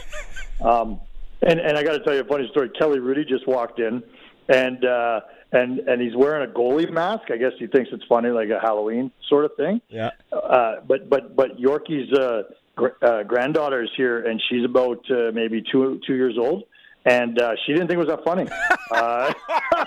It scared the hell out of her. So, Kelly Rudy making friends with the young kids right now. I think she's still cowering in the corner, this poor little girl, scarred for life by a goalie mask. Anyway, going back to Toronto, what a cool vibe. I felt very lucky to be. Look, we landed there, when they were in LA, the series had shifted to LA, so I missed being here. I missed being in Toronto for the first two games, but even being there for games 3 and 4 was a real rush. I felt really privileged. After the game last night, the Leafs game, they encouraged all 18,000 people to stick around. Of course they did, because the concession stands were still open. Stick around, watch the World Series here on our screen, our big screen. And thousands of people did. I watched it too while I was writing my column. And it was a really kind of cool experience. Vladdy Guerrero hit his home run while we were in there, and people went absolutely nuts. It was cool. And then as I walked home in the last couple innings, I was watching it on my phone, and I passed by City Hall, Nathan Phillips Square they call it, and they had an outdoor viewing party where there were 10,000 people there. And that was pretty cool too. So the whole city, everyone's wearing a cap, a jersey. Look, and I dare say it, I don't know if we want to get into this discussion or debate. I'm sure you've already had it, but there's nothing that can unite a nation sporting-wise like the Blue Jays. And maybe people didn't believe that because it's been 32 years since they did it. But people have to be seeing now and understanding and agreeing now that this far surpasses the national pride that, say, the Raptors generated. Are you with me on that? Oh, 1,000%. I would go anything Olympic or maybe even a World Cup of soccer or something like that would be. But yeah, I think you're onto something. I think you're correct. Nothing like the Raptors. Yeah, no, for sure. And like the Olympics, sure, okay. Like the Olympic hockey team, we're all, that's always captured the imagination of the nation and forever will. But it's only the hockey teams to me. You talk about Olympics, we've had some phenomenal Olympians go and win gold medals. Simon Whitfield, I don't know, just pull any name out of the hat. But these are one-shot deals. Elizabeth Manley? That wouldn't have come to mind, but sure, I thought she finished silver. Yeah, it was silver, anyway. Sorry. Yeah, it was silver. How about Ross Rebagliati or whatever him? Well, that captured the nation because no one could figure out how you could win a gold medal stone. That was pretty awesome. That was wicked. But this year, Phil Wizard, the breakdancer, I'm an old breakdancer from way back with the Rockomatic crew, and Phil Wizard captured my imagination. I was looking forward to that competition right at the end of the Olympics this year. But not everybody has the same events circled on their calendar. And when a Simon Whitfield wins or a Phil Wizard, anyone who tuned in, it's the most amazing thing. Mm-hmm. But this is something that's been building over the last several months. Yeah. And it's really cool to be a part of. I haven't paid attention to the Jays for years. Every year out of Toronto, they always say, this is their year, and I'm so sick of Toronto fans being so delusional. But about 3 months ago when they won 8 or 9 in a row, I'm like, I want to start seeing what this team's about because maybe they could do something special. I certainly didn't think it would be this, but, man, it's fun to be a part of, isn't it? Yeah. No, it is. All right. Go fire up a chainsaw. And since you're scaring kids anyway at this party you're at. Exactly. Actually, you know what? Tell Kelly Rudy Barney from Sasky from the Monday Nooner podcast said hi. I'm curious if you ever drank that Last Mountain Distillery dill pickle vodka we sent him. He was really intrigued by that. So, yeah, great guy. I'll ask him about that. And actually, Brendan Parker says to say hi. He's our host for the Flames broadcast. I told him I was on with you. Oh, actually, he just saw Sportscage, and he goes, "Are you on with Barney?" Yeah. He was pretty pumped up. Yeah. I got to tell you, he's Old a big school fan. Maybe one day you should get him on the show. Yeah. No, I think that should happen. All right, have a rum and Coke. I'm sure there'll be a few tonight, and we'll catch up with you on Friday. I'm way ahead of you, buddy. Right on. See you, bud. Go Jays. Yeah. Our NHL insider, Eric Francis. It's brought to you by Sports Select. Simply make your picks online now, generate your QR code, and lock in your bet at your local Lotto Spot retailer. Every bet is 100% legal. Must be 18 plus to play. We're going to get into the sprinkle of the day right away for Sports Select, but we got to go to break. I see all the text messages coming in as well. We'll get to them. It's a Sports Cage. We're streaming through our YouTube channel at sportscage.com. 620 CKRM is your home to country's greatest hits and the 90s at 9. 1 full hour featuring the biggest hits of the 90s. Garth, Reba, Alan, Shania, George, and so much more. No cassette tape or CDs required, and 90s mullets are optional. 90s at 9 for the town of Wolseley and the voice of Saskatchewan. 620 CKRM. So, since that little ding on my car last week, I don't know where to take it. I don't even know. That's easy. Take it to Regina Motor Products. Who said that? I did. Down here. I'm Terry the Tire. Regina Motor Products Chevrolet Collision Center and SGI accredited auto body repair is a full-service collision and body shop that works on all makes and models. Just submit your claim to SGI and set an appointment to get your appraisal done. Easy. I bet you're tired after saying all that. South at Highway 1 and 6, Albert Street. RMPChevrolet.com.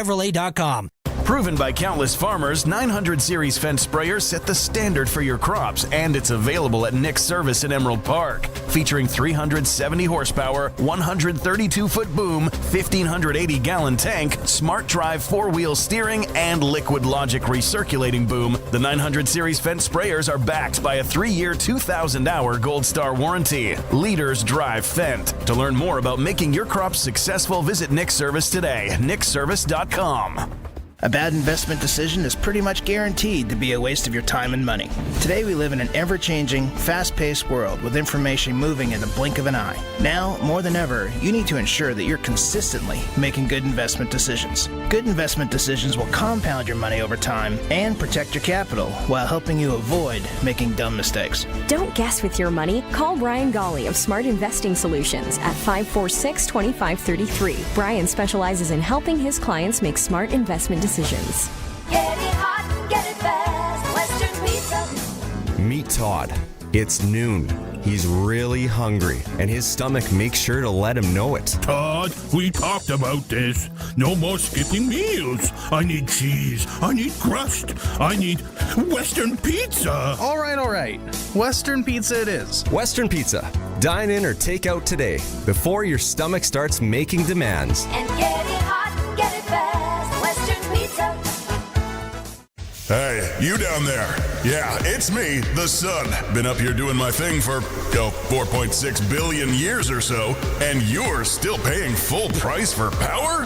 Come on. Get a Kelm Solar residential system. Use me to power your AC, your fridge, your whatever that thing is in your garage. Help me help you. What movie's that from? Anyway, when you've got extra power, Sask Power gives you credits. Jerry Maguire, that's what that line's from. Get a quote at kelmsolar.com. The Sports Cage Clutch Performer for Nick's Service in Emerald Park. Your local Massey Ferguson Challenger, Rogator, Gleaner, and Fendt dealer. Call 781-1077. All right, let's keep it local here. Junior girls volleyball last night, Riffle over Leboldus 2-0. Junior girls volleyball, and Campbell defeated Luther 2-0 on the boys' side. The 2-0 ones were Miller over Luther. Leboldus defeated Riffle. Campbell defeated Knoll 2-0.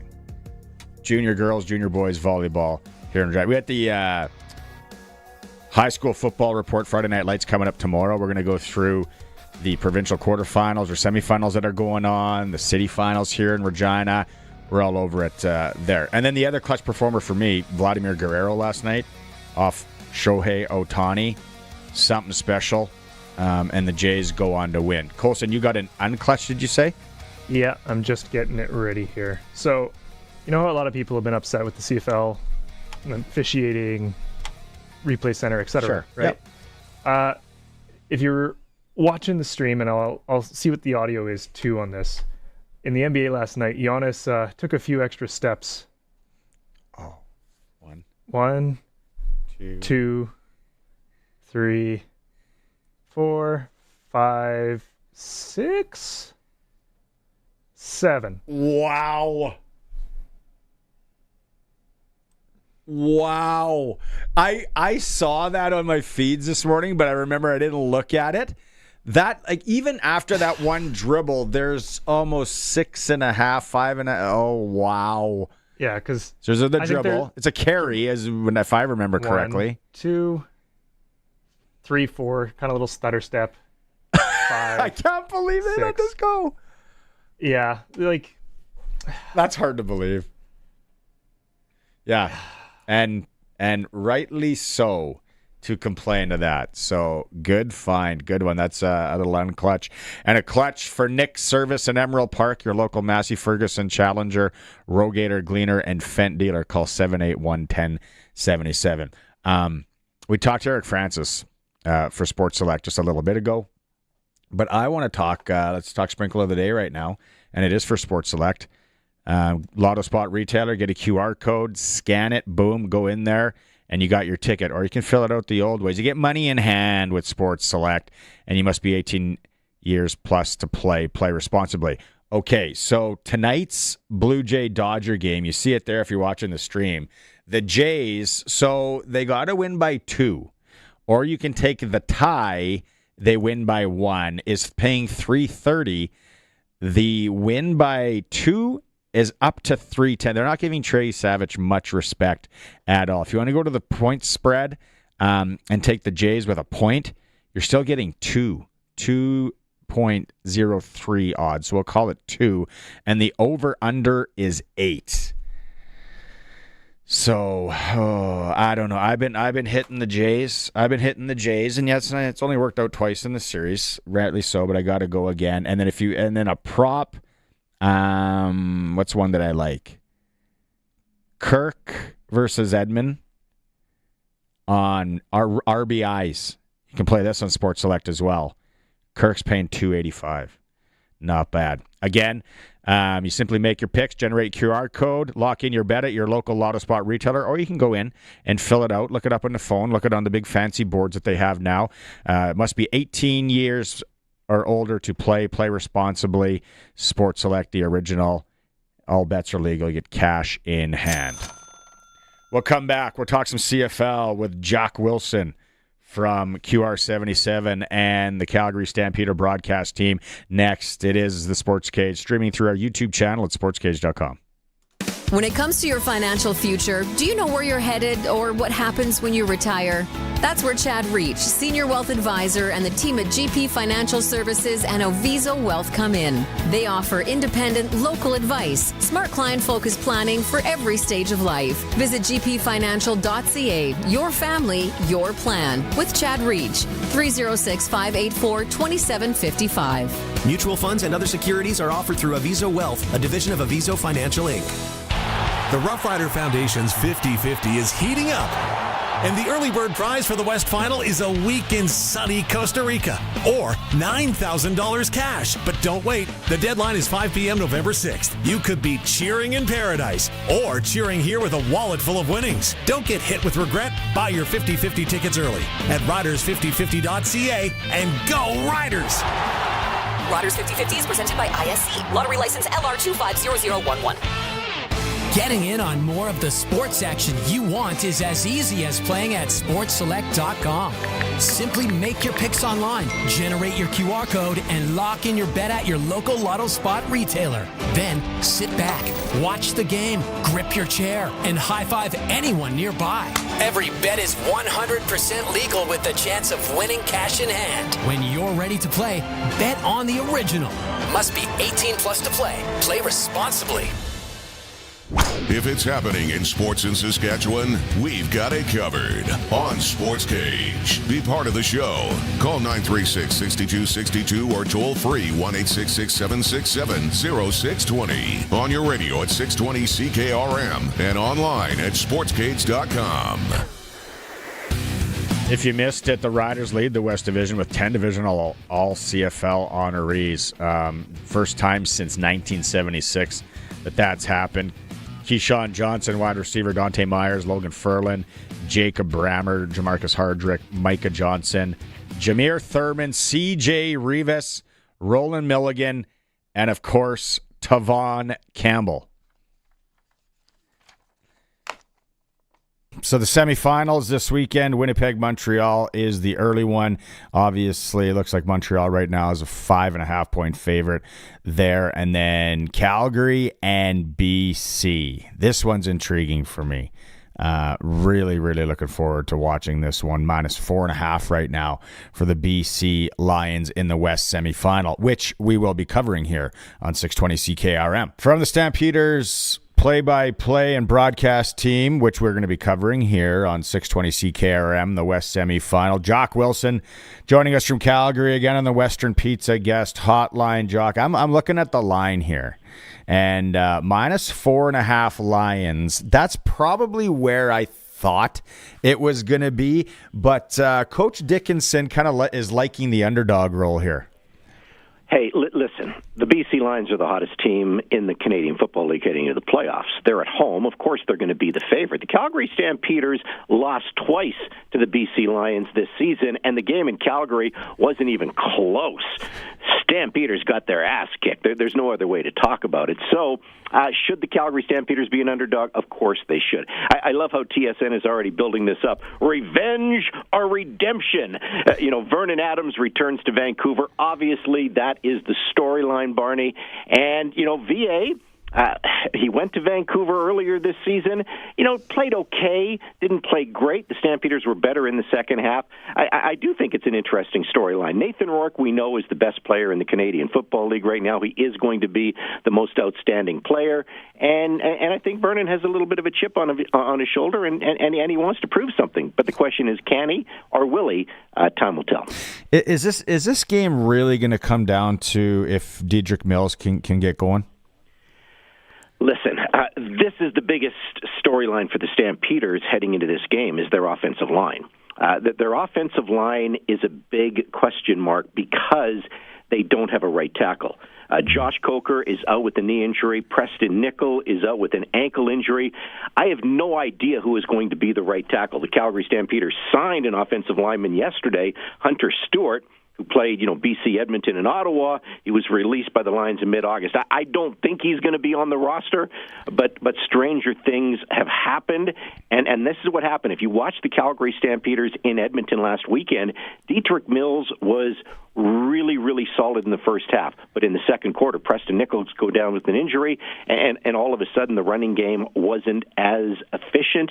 They didn't win the battles along the line, and that was a huge issue. So to answer your question, yes, Dedrick Mills is going to have to go off. Dedrick Mills is going to have to be, the Calgary Stampeders' best offensive player. He's going to have to rush for over 100 yards. But there are other storylines as well because, the Stampeder defense, has to be the turnover demons that they have been. The Stampeders, when they win the turnover battle, they're 11-0 this season, and that's something that they'll be looking to do this weekend. Yeah, so let's talk about that because I think that's the other big thing is the Calgary defense on Nathan Rourke, and we talked about how hot they are and how much stock everyone's buying in BC. What does that Calgary defense have to do, or what wrinkle do they have to throw that maybe BC hasn't seen a lot of?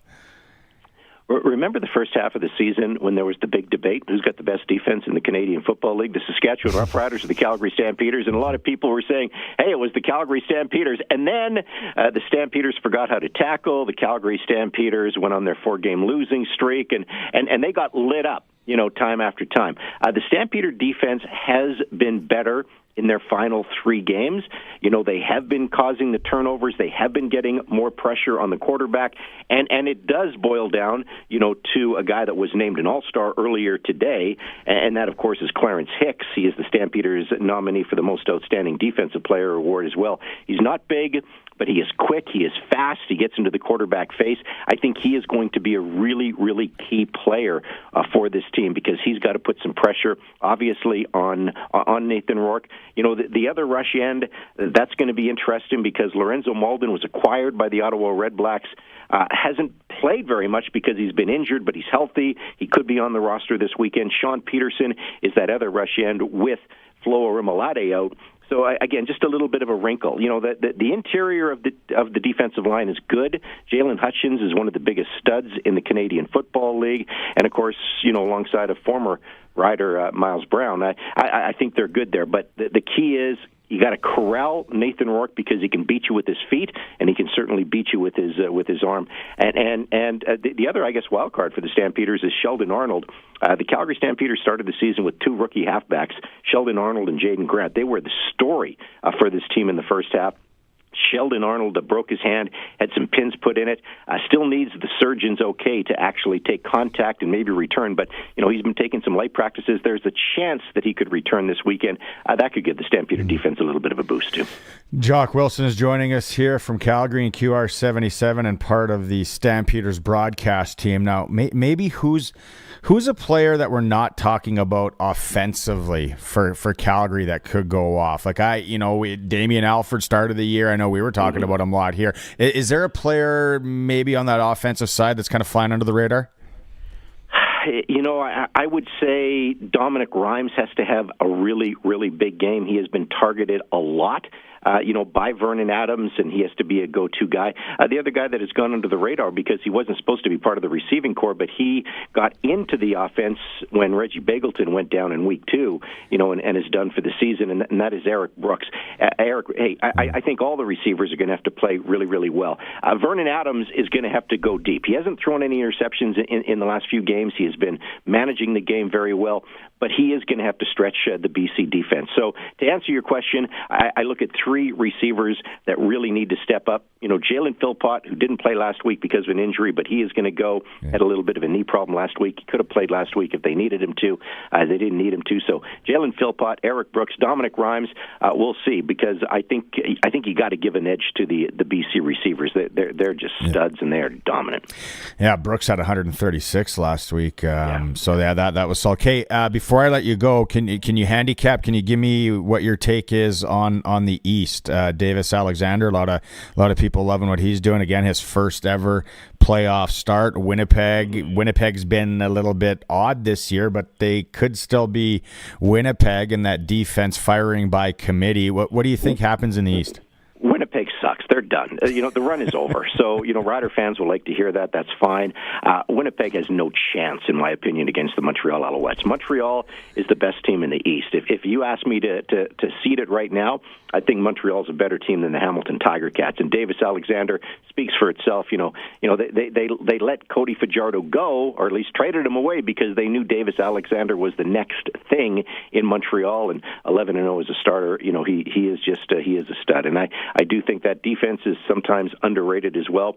So I don't think Montreal is going to have any issues with the Winnipeg Blue Bombers. I think they're a 5.5-point favorite. Yeah. And if you ask me heading into the playoffs, and this may not play well for Rider fans, but I would say BC and Montreal are your 2 favorites probably to go to the Grey Cup game. Although I will say this about Saskatchewan. Their first half, last week they looked really, really good with the starters in there. And the storyline in Calgary, we thought, oh, God, is Jake Mayer going to let us down again? And sure enough, Jake let us down again because he couldn't win that game for us. So anyway, I give Jake a little bit of a shot there. But hey, the Riders should be happy with their team, especially the way they played in the first half, even though they head into the playoffs on a 2-game losing streak. Hey, we could be talking again next week about the Stamps coming in here and that record. And that record. The one kryptonite Trevor Harris has is the Calgary Stampeders.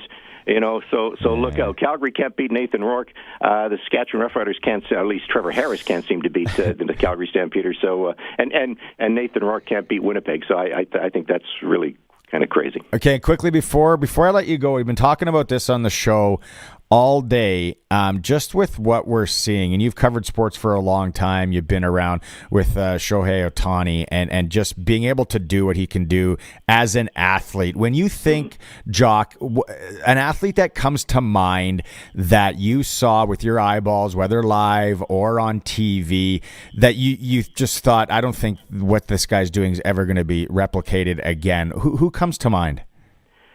Boy, that is $1 million question, and you're right. He is such a unique animal.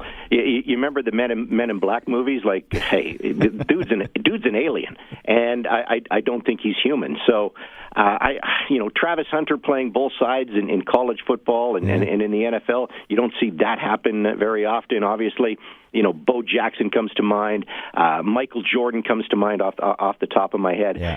All unique players that can do it all. And those would be right up there. But I think Shohei is in the league of his own. Although, who won the battle last night? Yeah. Vladdy got Shohei's number last night, so I think for Blue Jay fans that was okay. Okay, always a pleasure. Looking forward to the weekend. It's going to be really intriguing. Have a good rest of the week, and good luck to your Stamps. Hopefully we can catch up next week. Hey, thanks for picking up our broadcast. Mark Steven and Greg Peterson, the longest-serving play-by-play team in the Canadian Football League. They're like a married couple. They've been together for over 30 years, so there you go. And we're going to have the West semifinal, like Jock said, here on 620 CKRM. Sunday kickoff is 3:30. We'll have a pregame show as well, so we got you covered if you are as intrigued as I am. Stampeders and BC Lions in the West semifinal. Still more to come. It is a Sports Cage on the home of the CFL in Saskatchewan, 620 CKRM.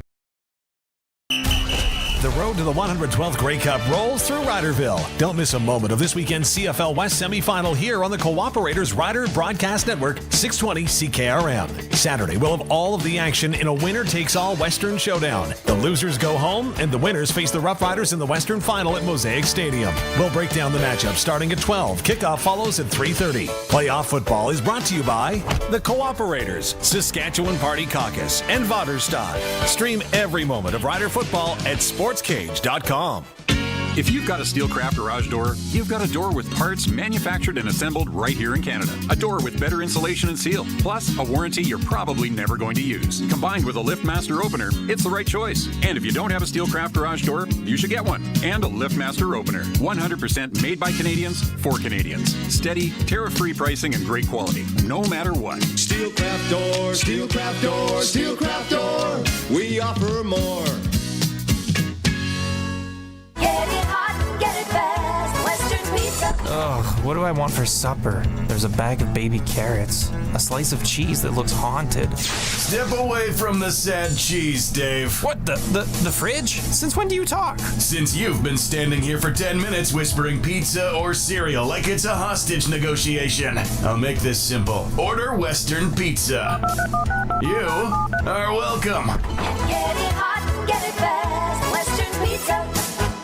October is Customer Appreciation Month at Extreme Hockey and Umbrella Marketing. It's pretty easy. Just submit your receipt for your corporate or team apparel order, and you could be one of the lucky winners at month end to receive up to $1,000 back towards your purchase. Locally owned, community-oriented, and customer-focused. And of course, don't forget about their price match guarantee. Extreme Hockey and Sport, Umbrella Marketing, 1425 McIntyre Street, and conveniently located in the Cooperator Center. The Rough Rider Foundation's 50-50 is heating up. And the early bird prize for the West Final is a week in sunny Costa Rica. Or $9,000 cash. But don't wait. The deadline is 5 p.m. November 6th. You could be cheering in paradise or cheering here with a wallet full of winnings. Don't get hit with regret. Buy your 50-50 tickets early at riders5050.ca and go Riders! Riders 50-50 is presented by ISC. Lottery license LR250011. Louis Dreyfus Company, Yorkton. The LDC Nexera program is out for 2026 and carries a higher premium, trucking incentives, and varieties that have proven better yields. Nexera and Nexera Oil are grown and produced right here on the prairies and stay in North America. Call and book your acres today and find out why Nexera is the most profitable canola. Louis Dreyfus, Yorkton. 877-782-8882 or ldcyorkton.com. Country Corner, brought to you by Municipal Hail Insurance. Proudly serving farmers. MunicipalHail.ca. The very first I Love Regina Pats game is Tuesday, November 4th as the Pats clash with the Calgary Hitmen. Tickets up to 60% off. Check out the pregame party at the AgX building starting at 5. Puck drop at 7. Head to our website event page to grab your tickets. The Carmichael Comedy Night is coming up Thursday, November 6th at the Casino Regina Show Lounge. Enjoy top-notch comedy while supporting Carmichael Outreach in their mission to fight poverty and homelessness. CarmichaelOutreach.ca. And take in a great night of Canadian country music with Terry Clark and Paul Brandt at the Connexus Arts Center, Friday, November 14th. The show gets underway at 7:30. Stop by the box office or get your tickets at connexusartscenter.ca. For more information, visit 620ckrm.com. It's time for the Sports Ticker, brought to you by Extreme Hockey and Sports, Regina's locally owned one-stop hockey shop. Now with a price match guarantee. 1425 McIntyre Street. Riders leading the West Division with 10 divisional All-CFL honorees. You can find them all at sportscage.com. First pitch, Game 5, World Series, 6 p.m., Jays and Dodgers. Western Hockey League tonight in town, 7 p.m., Regina Pats hosting Brandon Wheat Kings. You can hear that right here on CKRM, starting with the pregame show at 6:30. The Blades are in Spokane. Prairie Junior Hockey League, Pilot Buttes up in Saskatoon. AAA, Notre Dame's in Moose Jaw, Estevans at Yorkton, and one game in the National Hockey League. Toronto Maple Leafs are in Columbus. Sportscage.com poll today. What do you think the Saskatchewan Roughriders, who do you think the Saskatchewan Roughriders want to play in the West Final? You can vote at sportscage.com. It's for Extreme Hockey and Sport, home of the price match guarantee, and get a couple days to get in on $1,000 back on your purchase from Extreme Hockey and Sport or Umbrella Marketing. Okay, the text messages. Thank you so much, everybody. You're going to get to some of these here. We're just asking, freak athletes, because of this Shohei Ohtani that you remember from your time. I said Usain Bolt, Michael Phelps, even though I'm not really big in sprinting and swimming. What those guys did was crazy. What this guy's doing is crazy. I thought Tiger Woods, too. Then he ran into injuries as well. Lots of Bo Jackson coming in. Ed said Bo Jackson.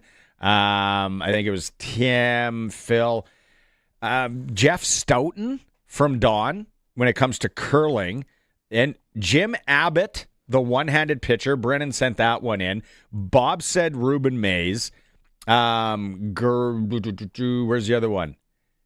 There's no name on this one, but it's an activity, I guess. Cirque du Soleil. What they do in a Cirque du Soleil show. I agree. That's insane. No name. Yeah. The water one in Vegas when they're jumping into the pool from who knows where. No splash. Yeah.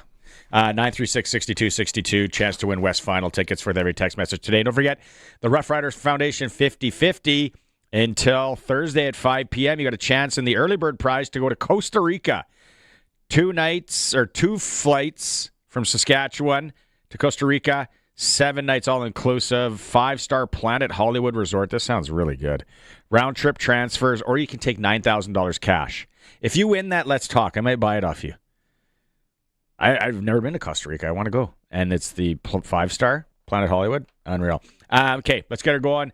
Hour 3, we are going to talk to TSN, play-by-play, CFL, and also from Edmonton Sports Talk, Dustin Nielson. It's a Sportscage on 620 CKRM. We are 620 CKRM, a Harvard media station. Streaming online at 620ckrm.com. It's 5 o'clock. Good evening. I'm Corey Atkinson from the sasktoday.ca newsroom with your 620 CKRM News for Echo Sound in Fort Qu'Appelle. Stay connected with the new cell phone from Echo Sound. Call 306-332-6711. A major transformation is coming to the former YQR distillery site in Regina's Real District. Brand Group owner Sean Semple announced a more than $20 million redevelopment called Queen City Distillers, which will feature a drive-through liquor store, restaurants, bars, and a live music venue. And the vision is simply to be a world-class venue, somewhere where we can taste locally crafted spirits that are brewed products here in Regina, just like we used to do in the old Molson House when there was a distillery here in Regina. The project will create over 150 jobs and aims to be a cultural hub for the city. Semple says Regina deserves a place that celebrates community, connection, and creativity through food, drink, and live entertainment. After ongoing challenges with employee scheduling under the AIMS system, the Government of Saskatchewan has ordered a return to the previous scheduling methods. About 7,000 employees in the Cypress and Kelsey Trail health regions will be affected. Other AIMS components like payroll and finance remain stable for roughly 50,000 workers. Health Minister Jeremy Cockrell talked about it today in question period. To be clear, Mr. Speaker, that is not a cancellation of the entire AIMS project. The AIMS project seeks to replace 80 legacy systems. 74 of those systems have already been replaced, Mr. Speaker, but we have not been happy with the results of the time validation and scheduling piece of that system. The Saskatchewan Health Authority and 3S Health will complete the switch by November 30th. The province thanked staff for their patience and apologized for the frustrations caused. Kamsack RCMP are warning residents about a dangerous drug believed to be circulating in the area. Officers responded to several overdose calls in the last 2 days, including 3 within 1 hour today. No deaths have been reported, but naloxone was used to save lives. Police have alerted the Saskatchewan Ministry of Health and urge people to call 911 if they see signs of overdose, such as slow breathing, confusion, or blue lips and fingernails. Alberta's plan to add the slogan "Strong and Free" to its license plates appears to have hit a speed bump. Denise Dow is a New Brunswick business owner who holds a trademark to the phrase. She says she wants to land a deal with the province. I'm looking for a win-win scenario and a nominal royalty that I would pass on to my family. And part of that could be a donation to a valuable charity in the province of Alberta. Service Alberta Minister Dale Nally says nobody can corner the market on the slogan and did not indicate any plans to pump the brakes. And Saskatchewan chiropractors are teaming up again to help those in need with the 9th annual Toasty Toes Sock Drive.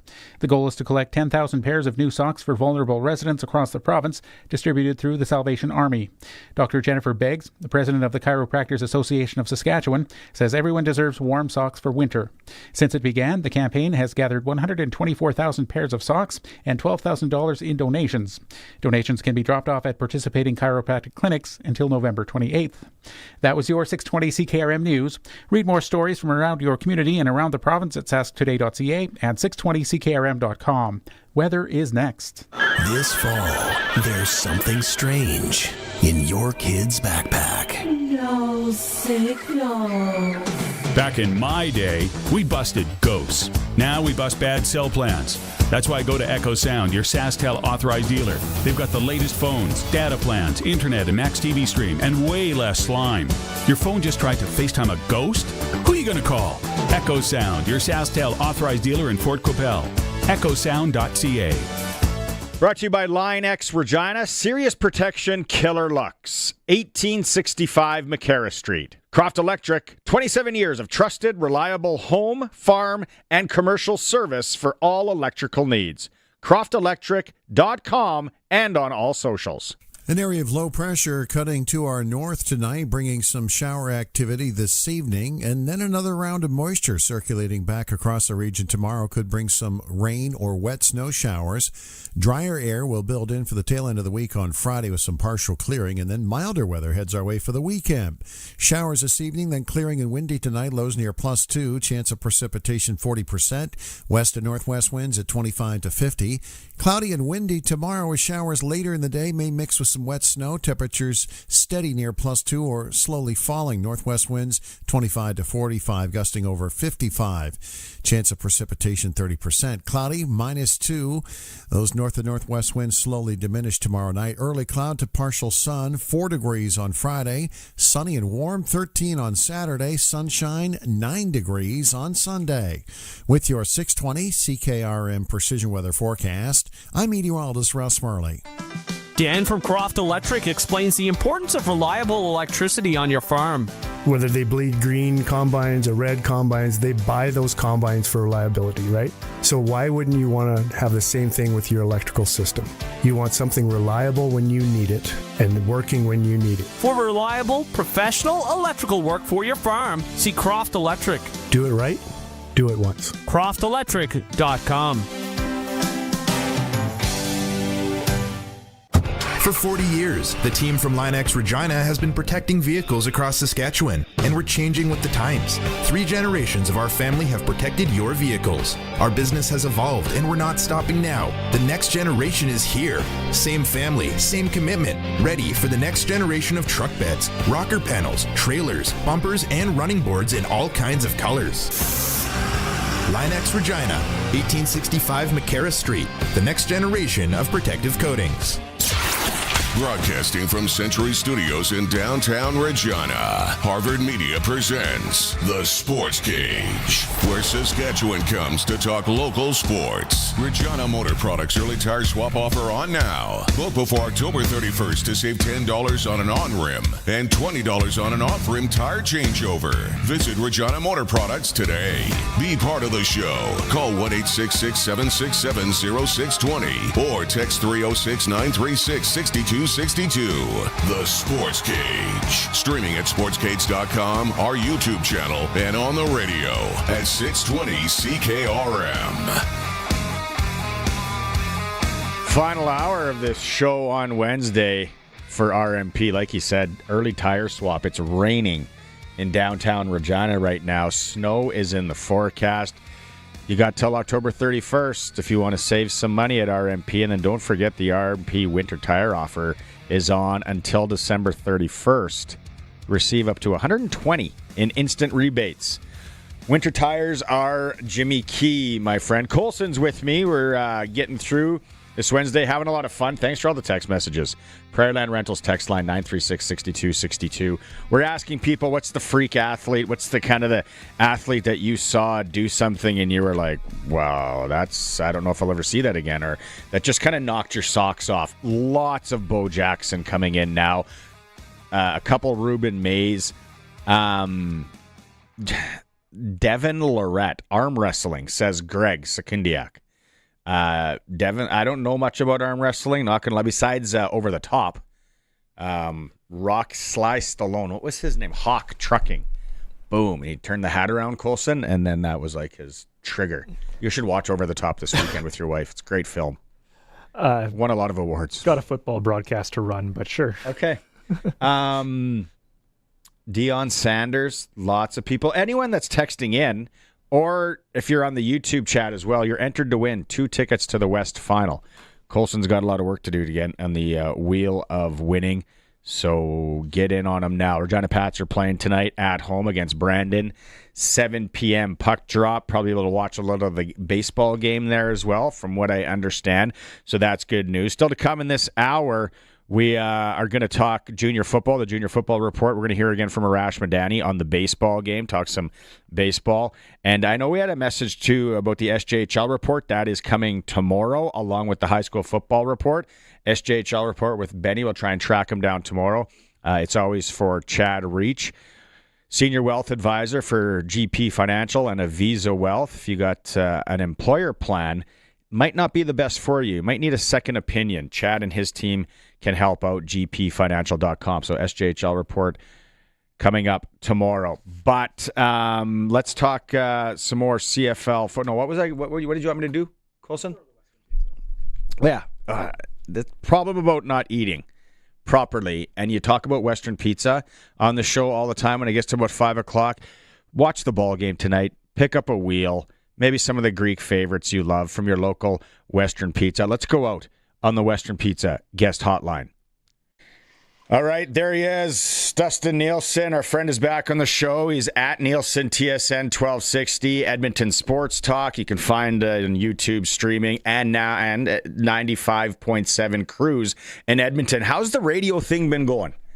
It's FM radio life, man. What can I say? It's a big deal. No, it's cool. I think it's going really well. Like, we've got a bunch of people texting in saying that they flipped over from other stations to listen to ours. Yeah. So you know how that always feels. Like, that feels good. So yeah. And I'm bumping into a bunch of people, like at the airport, actually, in Regina. I was leaving this last weekend. Some guy standing next to me, we're waiting for our bags of security. And he looks at me, and I was like, I knew right away. I was like, this guy listens to the show for sure. And he's like, hey, I just got to tell you, I'm a huge fan. I love that it's on the radio again. I was just like, all right, good. So yeah, it's been really good. Do you ever want to like kind of just maybe go do a remote at a car audio shop or play some Steppenwolf or Harlequin or anything? Yeah, I want to go to like a spa place, like hot tubs. I feel like they're always doing hot tub sales. I you know what we will do, because I have like that whole wide orbit set up on one of my computers while I'm doing the show so I can see what the next song is coming up on Cruise. So, like, coming up just after 9 o'clock, sending back to Classic Rock on Cruise FM. Today, I can't remember what it was today, but yeah, it's kind of fun. Yeah, for sure. Okay, so I've been having some fun throughout the show today, and I'm going to dump this on you. It's super organic because you don't know this question's coming. But with what Shohei Ohtani is doing in baseball, I'm not a big baseball fan. Obviously, been right into it here since the Jays, and it's just riveting, I guess. But what that Ohtani guy is, and I'm just like, well, this has really never been done. I think we'll see it again. Like, I think it's just going to happen. But when you think of athletes, Dusty, that you and I are in the same demo, that you've seen over our time, any sport, any athlete, like one that you think, man, that's going to be hard to duplicate. What comes to mind? There's nothing. Like in team sports, like, individual sport, like Usain Bolt and Michael, like those guys, yes, it's different. But in a team sport, I guess really the only comparison, it was slightly before my day, but like a guy like Bo Jackson who could play two sports and be pretty darn good at it. But as far as one athlete in one sport, we've never seen anything like him. I agree with you. I said it, I asked somebody on our show last week, like, do you think 20 years from now, are there 10 guys like Ohtani in the league? And just with the natural, continued development of athletes, I don't think it's crazy, but this guy is like Trey Savage and Vladimir Guerrero Jr. as the same guy. Like it just doesn't make any sense. That game 2 games ago, when he got on base 9 times was insane. Mm-hmm. The one earlier in the playoffs where he struck out 10 guys and hit 3 home runs. Yeah. I mean, this was legendary. It never happened before. Will never happen again. Like when you see stats that goes only 12 players in postseason history have hit 3 home runs in a game, and only 26 have struck out 10.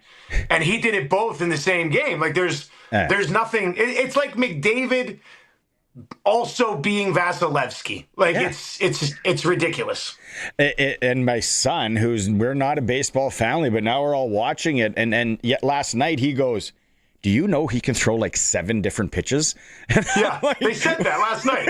Yeah, on the podcast. I'm sitting there and I was coaching some basketball last night, but I watched the first inning. Then we listened to a couple innings on the way to basketball. In the first inning, they're like, no, Tani's on the mound. And just remember, he can throw 7 pitches. I didn't even know that there are 7 pitches. I thought there were like 5 pitches. Apparently there's 7, and he can throw them all. Like it's ridiculous. There was the one. I don't know if it's a slider or if it's a cutter that he threw yesterday, and I was like, that reminds me of Baseball Stars on Nintendo. How you could just make the ball come. You can turn the ball. Like exactly. I'm half-ass expecting him to pull out a knuckleball at some point that nobody saw coming. You know, it's. But you know what? I thought that's why yesterday was so massive. Vladdy takes Ohtani deep. Like that is a unicorn in Ohtani, who everybody is watching, and the Blue Jays star player gets the better of him, which I think could end up being the biggest moment in the series, man. That was nuts. And it was just like greatness nodding greatness, right? As soon as he sees it go, he goes, all right. Yeah, no, it's great. What are you going to do? Yeah, let's. I want to quickly talk some hockey here because we haven't talked a lot of Oilers on the show. We got Eric Francis on. We talk Flames a lot. Sprinkle in. What's the mood in Edmonton? Like I'm hearing a lot of people kind of bitching about the back end. I'm sure you get it on your show. When I've tuned into your show, you guys are always talking about, like last night, big second period, like a senior hockey game. They score 5. What's the mood in Edmonton with everything? It's a lot better this morning than it was yesterday morning. I'll tell you that. That was a little bit better. And what's funny is that, they hadn't played well. The record was very close to sort of what it was last year, but a different team, like some younger guys that they're trying to work in. But they hadn't played very well. And then they had an awful first period. And then it was reported after the game that like the leadership group and the head coach kind of raised some voices finally in the first intermission and was like, okay, enough's enough. Like, I guess apparently Knobloch said they turned the puck over in transition 16 times in the first period, and they're just simply can't happen. Usually it's 4 or 5. So, I don't know if that was the wake-up call that they needed, but they came out and pumped 5 at 5-on-5 past them. McDavid had a couple of goals. He only had 1 going into that game. So weird. I mean, Is it a one-off? It might be a one-off. They get the Rangers on Thursday night. If the Rangers come in here and beat them 3-1, everybody's going to be complaining again. But they did play 7 defensemen last night, which I think is because some of the guys who've been logging 23, 24 minutes hadn't been playing very well. Nurse and Bouchard had awful starts to the year. So, like, Nurse only played 16 minutes last night. We're pretty sure he was benched for the first 6 minutes of the second period. And it worked out. So we'll see what they end up running back. I heard you guys this morning talking about 11-7, not instead of 6-7, where the kids are, right? Oh, my God. Yeah, I mean, I've sort of just given in. Like, I thought it was the stupidest thing forever. Now I know there's a lot of kids that listen to the show, and I've had a few dads be like, my kid the other day really laughed when you said 6-7. I was like, oh, my God. Yeah. No, I said it to Maddox Schultz when the last time I interviewed him, and my son, bantam hockey player, and all of his buddies, grade 9, they were just like, what's your dad doing? And I'm like, hey, that's awesome. I love it. Okay, football. Are you doing the East this weekend?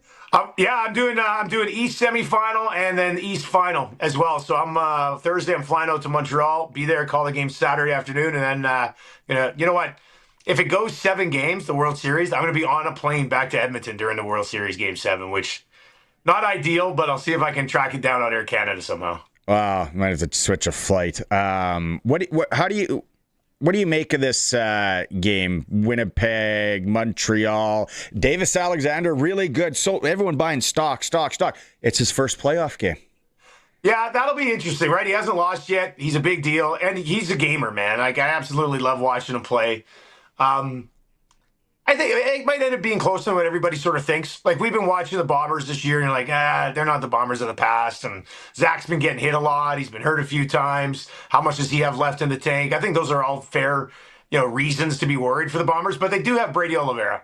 And Brady Oliveira could, I'm not going to say win a game on his own, because you're going to need help along the way. But Brady Oliveira can certainly keep the Winnipeg Blue Bombers in a football game. Mm-hmm. Blue Bombers core, for the most part, has been to 5 straight Grey Cups. Like, they know how to win in the playoffs. Their coach knows how to win in the playoffs. And Jason Moss on the other side, I mean, he's obviously delivered as well. But Davis Alexander's outstanding. Like, a few games that I've got to see when he was healthy this year in person, just terrific. But let's see. Maybe the stage is too big. We don't know yet. I don't think it will be, but there's always that X factor going into the playoffs. And 2 of the league's best D, Bombers are more by committee. And in the playoffs, that's the thing that's kind of the X factor for me. It's like, they got some experience there, and they got things by committee. That could be a bit of a surprise for some. Yeah, it'll be interesting. I mean, we'll see how Davis Alexander handles Willie Jefferson. Yeah, Willie had double-digit knockdowns this year. Like, he's going to cause some issues with his hands up in the air. Evan Holmes, an awesome defender. Tony Jones, their middle linebacker this year. Big shoes to fill, coming in and replacing Adam Bighill. But he's been all over the field pretty much the entire season. So I am excited to call a playoff game in Montreal. Like, there's great atmosphere at that stadium, Molson Percival, and that's just been in the regular season. I'm sure the playoffs is going to be taken to another level. I really, really, really want somehow, some way, Winnipeg to make the Grey Cup and then have to use the other locker room. Like, it's the sicko in me. But I obviously the Riders to be there too, right? But yeah, it's disturbed. It's disturbing that you wished that, but that would be an amazing storyline in Grey Cup week. Exactly. Have you watched the Netflix series on who killed the Montreal Expos? You know what? I mentioned it on my show. I'm 20 minutes in. Yeah. So on the flight, where was I last week? Oh, Regina. Yeah. Anyway, on the flight home from Regina, I finished watching, or I watched. I would say House of Dynamite on Netflix. Okay, it's like this nuclear war sort of thing. It was, I don't know, I liked it, but I hated it. It's a weird movie. Yeah. But then I started the Expos documentary, and I got about 25 minutes into it. I'm going to finish it tomorrow. That's the first thing I'm going to watch when I get on the plane to Montreal. So I'll finish that. And you know what? Like, I became a Jays fan when they hit the home runs. When I was 10 years old, 11 years old, Joe Carter, World Series. Yeah. But I also always liked the Expos too. Like, to me, I'm a Western Canadian guy. Yeah. I didn't live in Montreal and hate them. Like, I loved both Canadian teams. So it did suck when the Expos left. I grew up a Habs fan, so I had a tie to the Expos as well, being a Montreal fan. So I'm very curious. Like, I've never taken a deep dive into it. I know sort of the things on the edge. So I'm very interested to finish this documentary and see what's up. Yeah, wait till they start getting into how it all kind of shakes down the year after the strike, and then the stadium, and then the plans for the stadium, and then people being like, that was never going to happen. Like, find out. Like, Quebec was ready to go broke, like, as a province. It's like, yeah, they weren't building a stadium. Okay, but yeah, we'll catch up on that one again. And then just handicap the West semifinal, because you see so much football. I'm very curious. Is it a VA versus Rourke thing? Is it Dedrick Mills? How much rushing is he going to get done? Yeah, I mean, if Calgary wins the game, Dedrick Mills is probably going to have like 120 yards. I don't want to take anything away from VA, but Dedrick Mills, to me, is the guy that sort of stirs the drink there when they get him going. I did that game, Calgary's last game, and Vernon Adams, it was here in Edmonton on Friday night, and VA said it, and I would fully agree with them. They had trouble finishing drives. Like, they settled for 10 and 12-yard field goals in that game. So that's not going to cut it against Nathan Rourke and the BC Lions. Like, those guys are basically 30 points out of the gate. So, I mean, they've won 6 in a row. BC's won 6 in a row. Rourke is undoubtedly the MOP in the league this year. BC's defense has been better lately. Still maybe somewhat questionable at times. But as far as storylines go, nothing against the game that I'm calling. But VA taking Calgary back into BC where they cut him loose to choose Rourke, that's phenomenal drama. And I hope it's a close one, and both those guys have opportunities in the fourth quarter. That's what I think. Before I let you go, I'm just thinking, Game 7, you're on a plane. Why not just go to Game 7? Well, I would be in Montreal, I guess, because I'm calling the game in Montreal, and it goes to like 5. Okay. So I don't think I wouldn't be able to make it by 6. Yeah, there's no bullet train. That's the tough thing. It would be better if it was next week when I'm in Hamilton, because then I could just make the trip. So I think on some of those Air Canada flights you can get like Sportsnet, or I don't know. I was hoping. I usually fly WestJet. I'm on Air Canada for the playoffs, but in WestJet they have like Wi-Fi all the time, and I just watch like my TV at home on my iPad. I know. So, it's wild now what they have. I was watching one of my kids' hockey games. I'm like, this stream works on here now? What year is it? I think technically we're at a point where I could do your show 36,000 feet in the air. That's an idea. I like that. I like that idea. And then, hey, no kids at home today because the teacher strike's done. Well, careful what I say about this whole teacher strike thing out here. I try to stay out of politics, but I'll say this: so my wife's a teacher. Both my kids are in grade 5 and 3. I like my family. I like when my wife and kids are around. So I came home today. I got home around, I don't know, like 12:30. It was all quiet. I'm not complaining, but I also like when they're here. So I'll miss them for a little while. Dusty, it's always so much fun. Glad the radio thing is going well. Love listening to you guys on Edmonton Sports Talk, and travel safe this week, and we'll catch up again. Yep. Thanks a lot, man. Right on. Dustin Nielson from TSN, obviously. 95.7 Cruise in Edmonton. You can hear him every morning now. Nielson, TSN 1260 is his handle on Twitter. EdmontonSportsTalk.com. You can find him. They're awesome. Let's take a break here. It is the Sports Cage. We're streaming at sportscage.com and on 620 CKRM.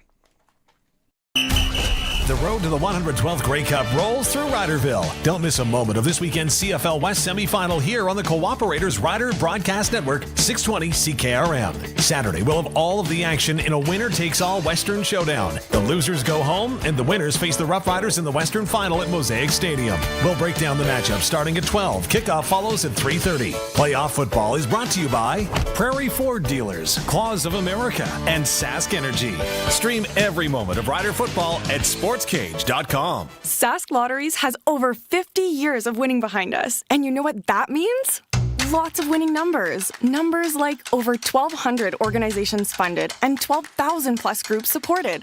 $6 million given away annually in community grants. And the winningest number of all? $1.4 billion given back to the people of Saskatchewan through sport, culture, and recreation. And we're just getting started. Learn more at sasklotteries.ca.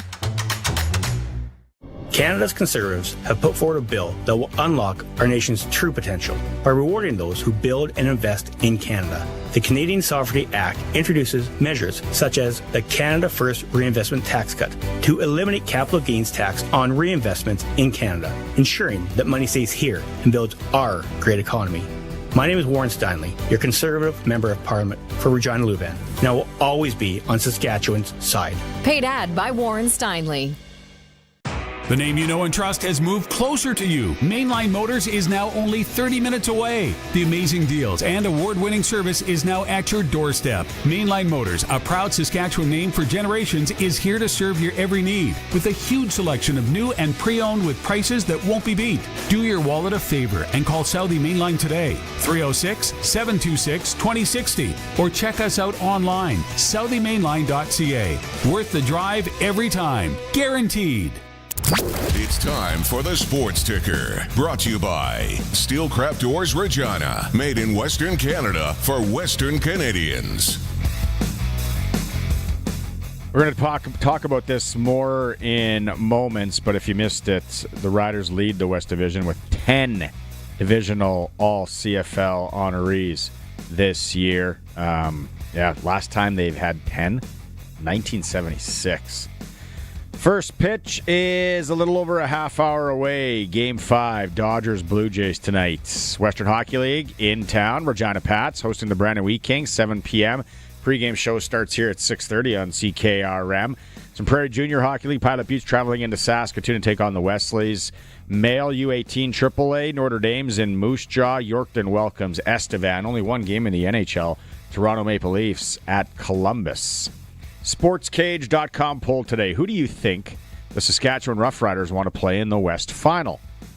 You can vote at sportscage.com. Sports Ticker is for Regina Steelcraft Doors, made in Western Canada, for Western Canada. Visit them at their 40,000 square foot operation in Regina. Lots of people are getting in for the West Final tickets today. Lot more today, almost as many today as yesterday, Colson. I'm sorry, you got your work cut out for you. There's no doubt about it on the wheel of winning. What we asked, it was simple. 936-6262, Prairie Line Rentals text line. An athlete that kind of gives you the vibe of this Shohei Ohtani fellow from the Los Angeles Dodgers. Being able to pitch and hit balls to the moon and all that. It's kind of a freak of nature. I think we're going to see it again. I don't think this is a one and done. I bet you there's kids training now all over the world. But then I go back and I was like, when Usain Bolt would sprint and blow the field away, he won 8 Olympic medals, got the world record still in the 100, 200, 4x1. Usain Bolt's right up there for me. Michael Phelps, what do I know about swimming? I still don't know how they do the butterfly. He's got 28 Olympic medals, the most decorated. Those are 2 guys that come to mind for me. And then the other one, although he didn't break any records, was Tiger Woods when he was on his run. It was just phenomenal. And I told the story of how I watched him lose to Y.E. Yang at the 2009 PGA Championship in Chaska, Minnesota. And I was like, Tiger just lost a major? It was so weird. So lots of people, Bo Jackson, we've got arm wrestlers, we've got curlers. Lauren said he had the opportunity to watch Gordie Howe and his 3 sons play in Long Beach, California for the Houston Aeros of the World Hockey League. That's really cool. Yeah, that's something impressive. Colson, you had some. Yeah, well, you were just talking Usain Bolt sprinting and then Michael Phelps swimming. I'm like, well, what about triathlons where you have to do swimming, running, and then cycling? Yeah. Like, athletes that can do that and hold record paces are insane. There's also the decathlon, which that's running, jumping, pole vault, like a bunch of things. There's those athletes which are just all insane. But the one athlete... Well-rounded. Yeah. The one athlete that I thought of, he's fairly well known in the Olympic circles these last few years. Armand Duplantis, the Swedish pole jumper. Because I don't know the exact details of it, but a lot of countries for the Olympics will be like, if you get a gold medal, we'll pay you $50,000, blah, blah, blah, whatever, right? If you do something special, right? Apparently, a few countries also do it, like if you set a record at a registered competition. Yeah. So Sweden's one of those. So every time he sets a world record, he gets, for simplicity's sake, let's say $50,000. He has set 14 world records in like the last 10 years. Cha-ching. or 6 years or so. No, it started jumping in 2014, give or take for that. But like literally what he's been doing is like, okay, the record is 6 meters and 16 centimeters or whatever, right? They put the bar at 6'17", and then he jumps 6'7", and then the next year they put it at 6'18", and he jumps it or whatever, right? So he just keeps bumping it up just that little bit, so he can come back the next year and break it again. And he's just been doing this since I think 2014, if I'm reading this right. So, yeah, that's that pole vaulting in general. How the heck do they do it? And how do you train? How do you practice that to start?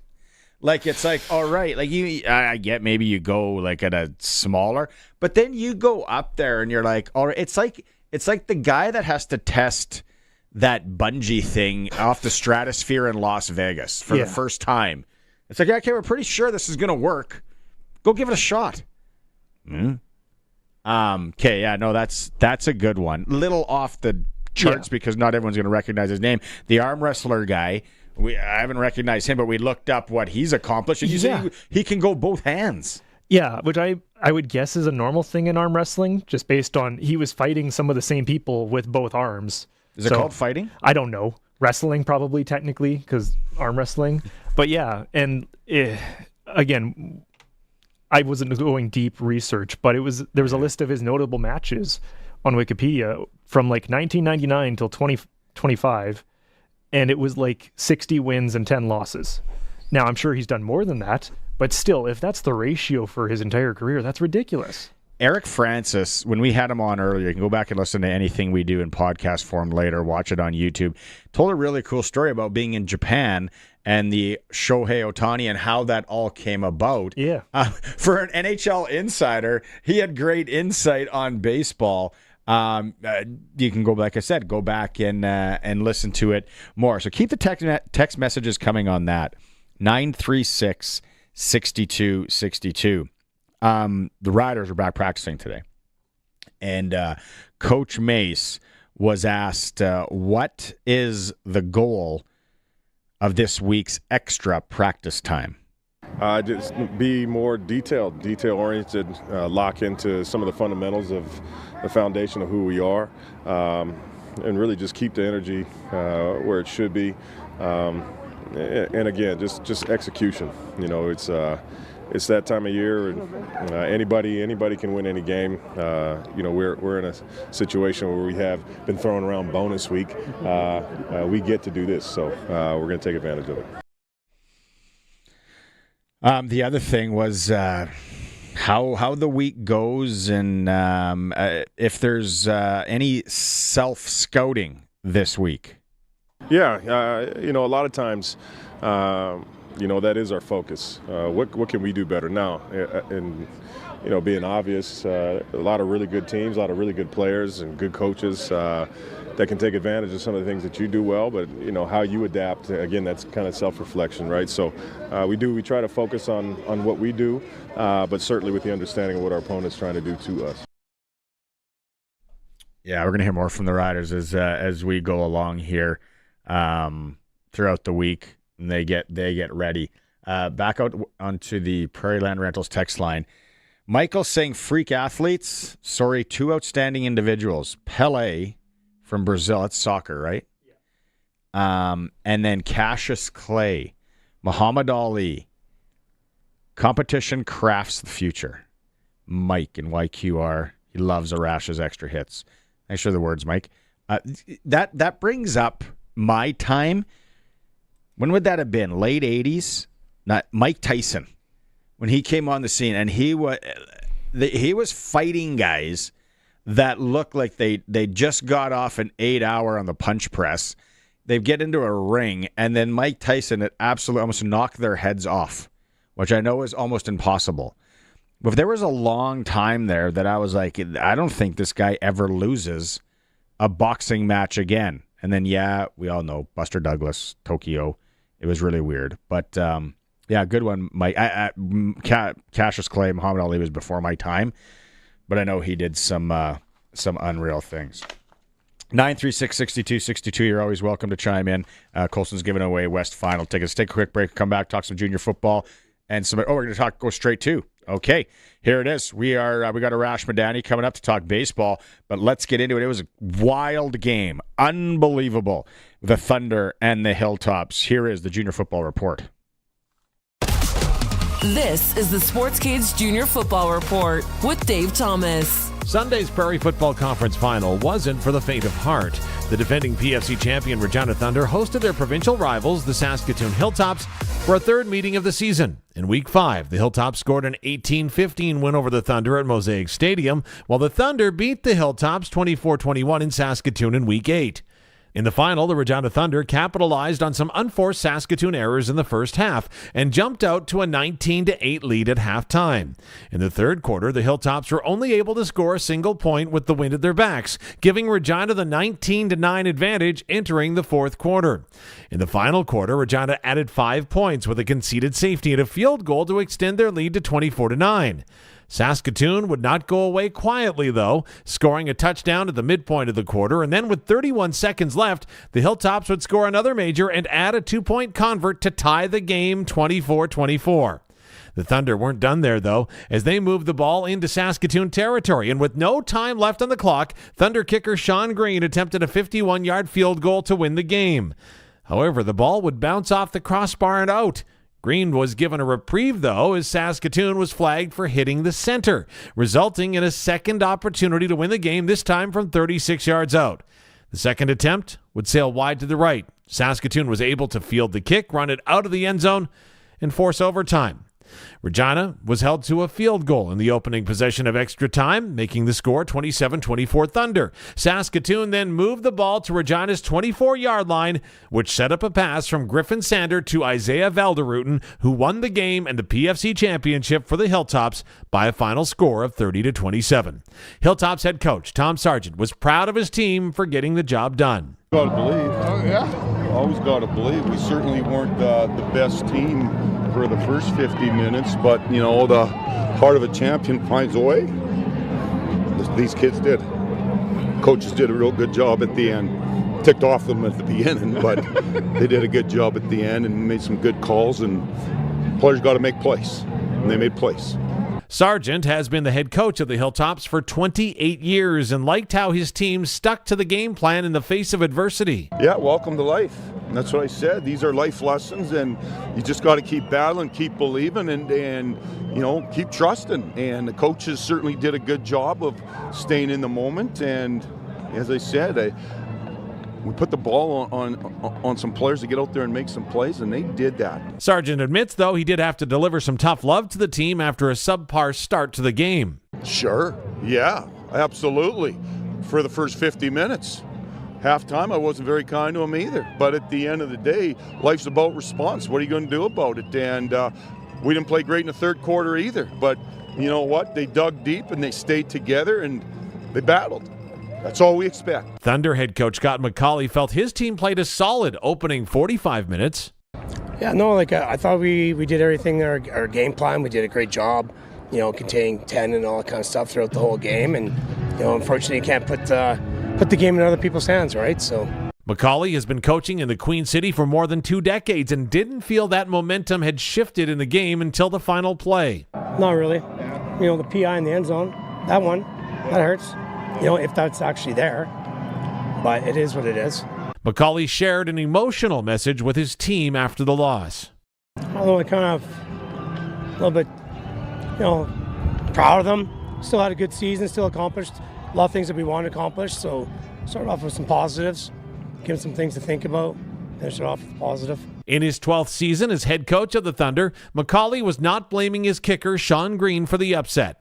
Yeah, I mean, Sean Green won us a lot of games. Yeah. So first off that, and two, you know, he had, 2 kicks prior to and stuff that were bang on and put us in the situation that we, you know, had an opportunity to win the game.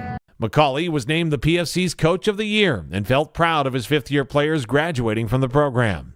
Yeah, no, for sure. You want your fifth years to go out with the win, you know, or at least something on the ring and stuff. But, you know, the guys that are graduating, they're going to have opportunities to go play youth sports and carry on their careers somewhere else. Valderutten, in his final year of eligibility with the Hilltops, credited his teammates for not giving up when facing adversity late in the ball game. Oh, it was a game. We was down kind of big, but in halftime, all the fifth years was talking. We said this cannot be our final game. We got to come to practice on Tuesday. No way we could lose this game. So everybody was locked in and loaded after the half. Valderutten, a native of Elizabeth, New Jersey, played both safety and receiver for the Hilltops this season and says the team's will on the final drive of regulation wasn't going to be denied. Oh, the final drive to tie it up. We've been here before, especially with Regina, and we did it. The first game we played them, we drove the field, scored last minute, won the game. The second game, we almost did it, but we threw a pick and lost.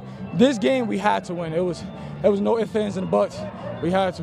The 22-year-old admits the joy of his two-point convert tying reception was short-lived when Regina had 2 chances to kick a game-winning field goal. I ain't gonna lie, I was kind of nervous, but I'm glad he missed. And look, we won the game, so. On the game's final play, Valderutten admits it didn't work like they thought it would when the call came in from the sidelines. Oh, the final game plan. We knew they was probably going to be in man, but they actually went zone, and I guess they thought I was going to run a corner, so I faked the corner and went post, and it was wide open. QB threw a perfect ball to me, and we scored, won the game. The victory gives the Hilltops franchise its 35th PFC championship and earns them a spot in the Canadian Bowl National Championship, where they will host the Okanagan Sun on November 9th. Sergeant says his team is looking forward to that challenge. We've done pretty well. You know, hey, once I take this blue and gold uniform on the national stage, they traditionally do real well, and that's a credit to the PFC, and certainly a credit to Regina. Boy, oh boy, that's an outstanding football team right there, and you know what? It just, we just kept battling, kept believing, and we'll take it. And that's the Junior Football Report. I'm Dave Thomas. Cowabunga, dudes! You won't believe what's popping at Glassers TV, your SaskTel authorized dealer. Yeah, they've got radical top-of-the-line cell phones. Even April O'Neil ditched her news van for one of these babies. Plus, SaskTel internet's so fast, even Shredder couldn't slow it down. Perfect for streaming, gaming, or ordering extra-large pizza. So shell out to Glassers TV, your SaskTel authorized dealer, dudes. Glassers TV, your SaskTel authorized dealer, and moose them in today. Totally tubular. With industry-leading quad-track technology, experience the efficient power to pull any implement. Plus, get subscription-free Case IH Tech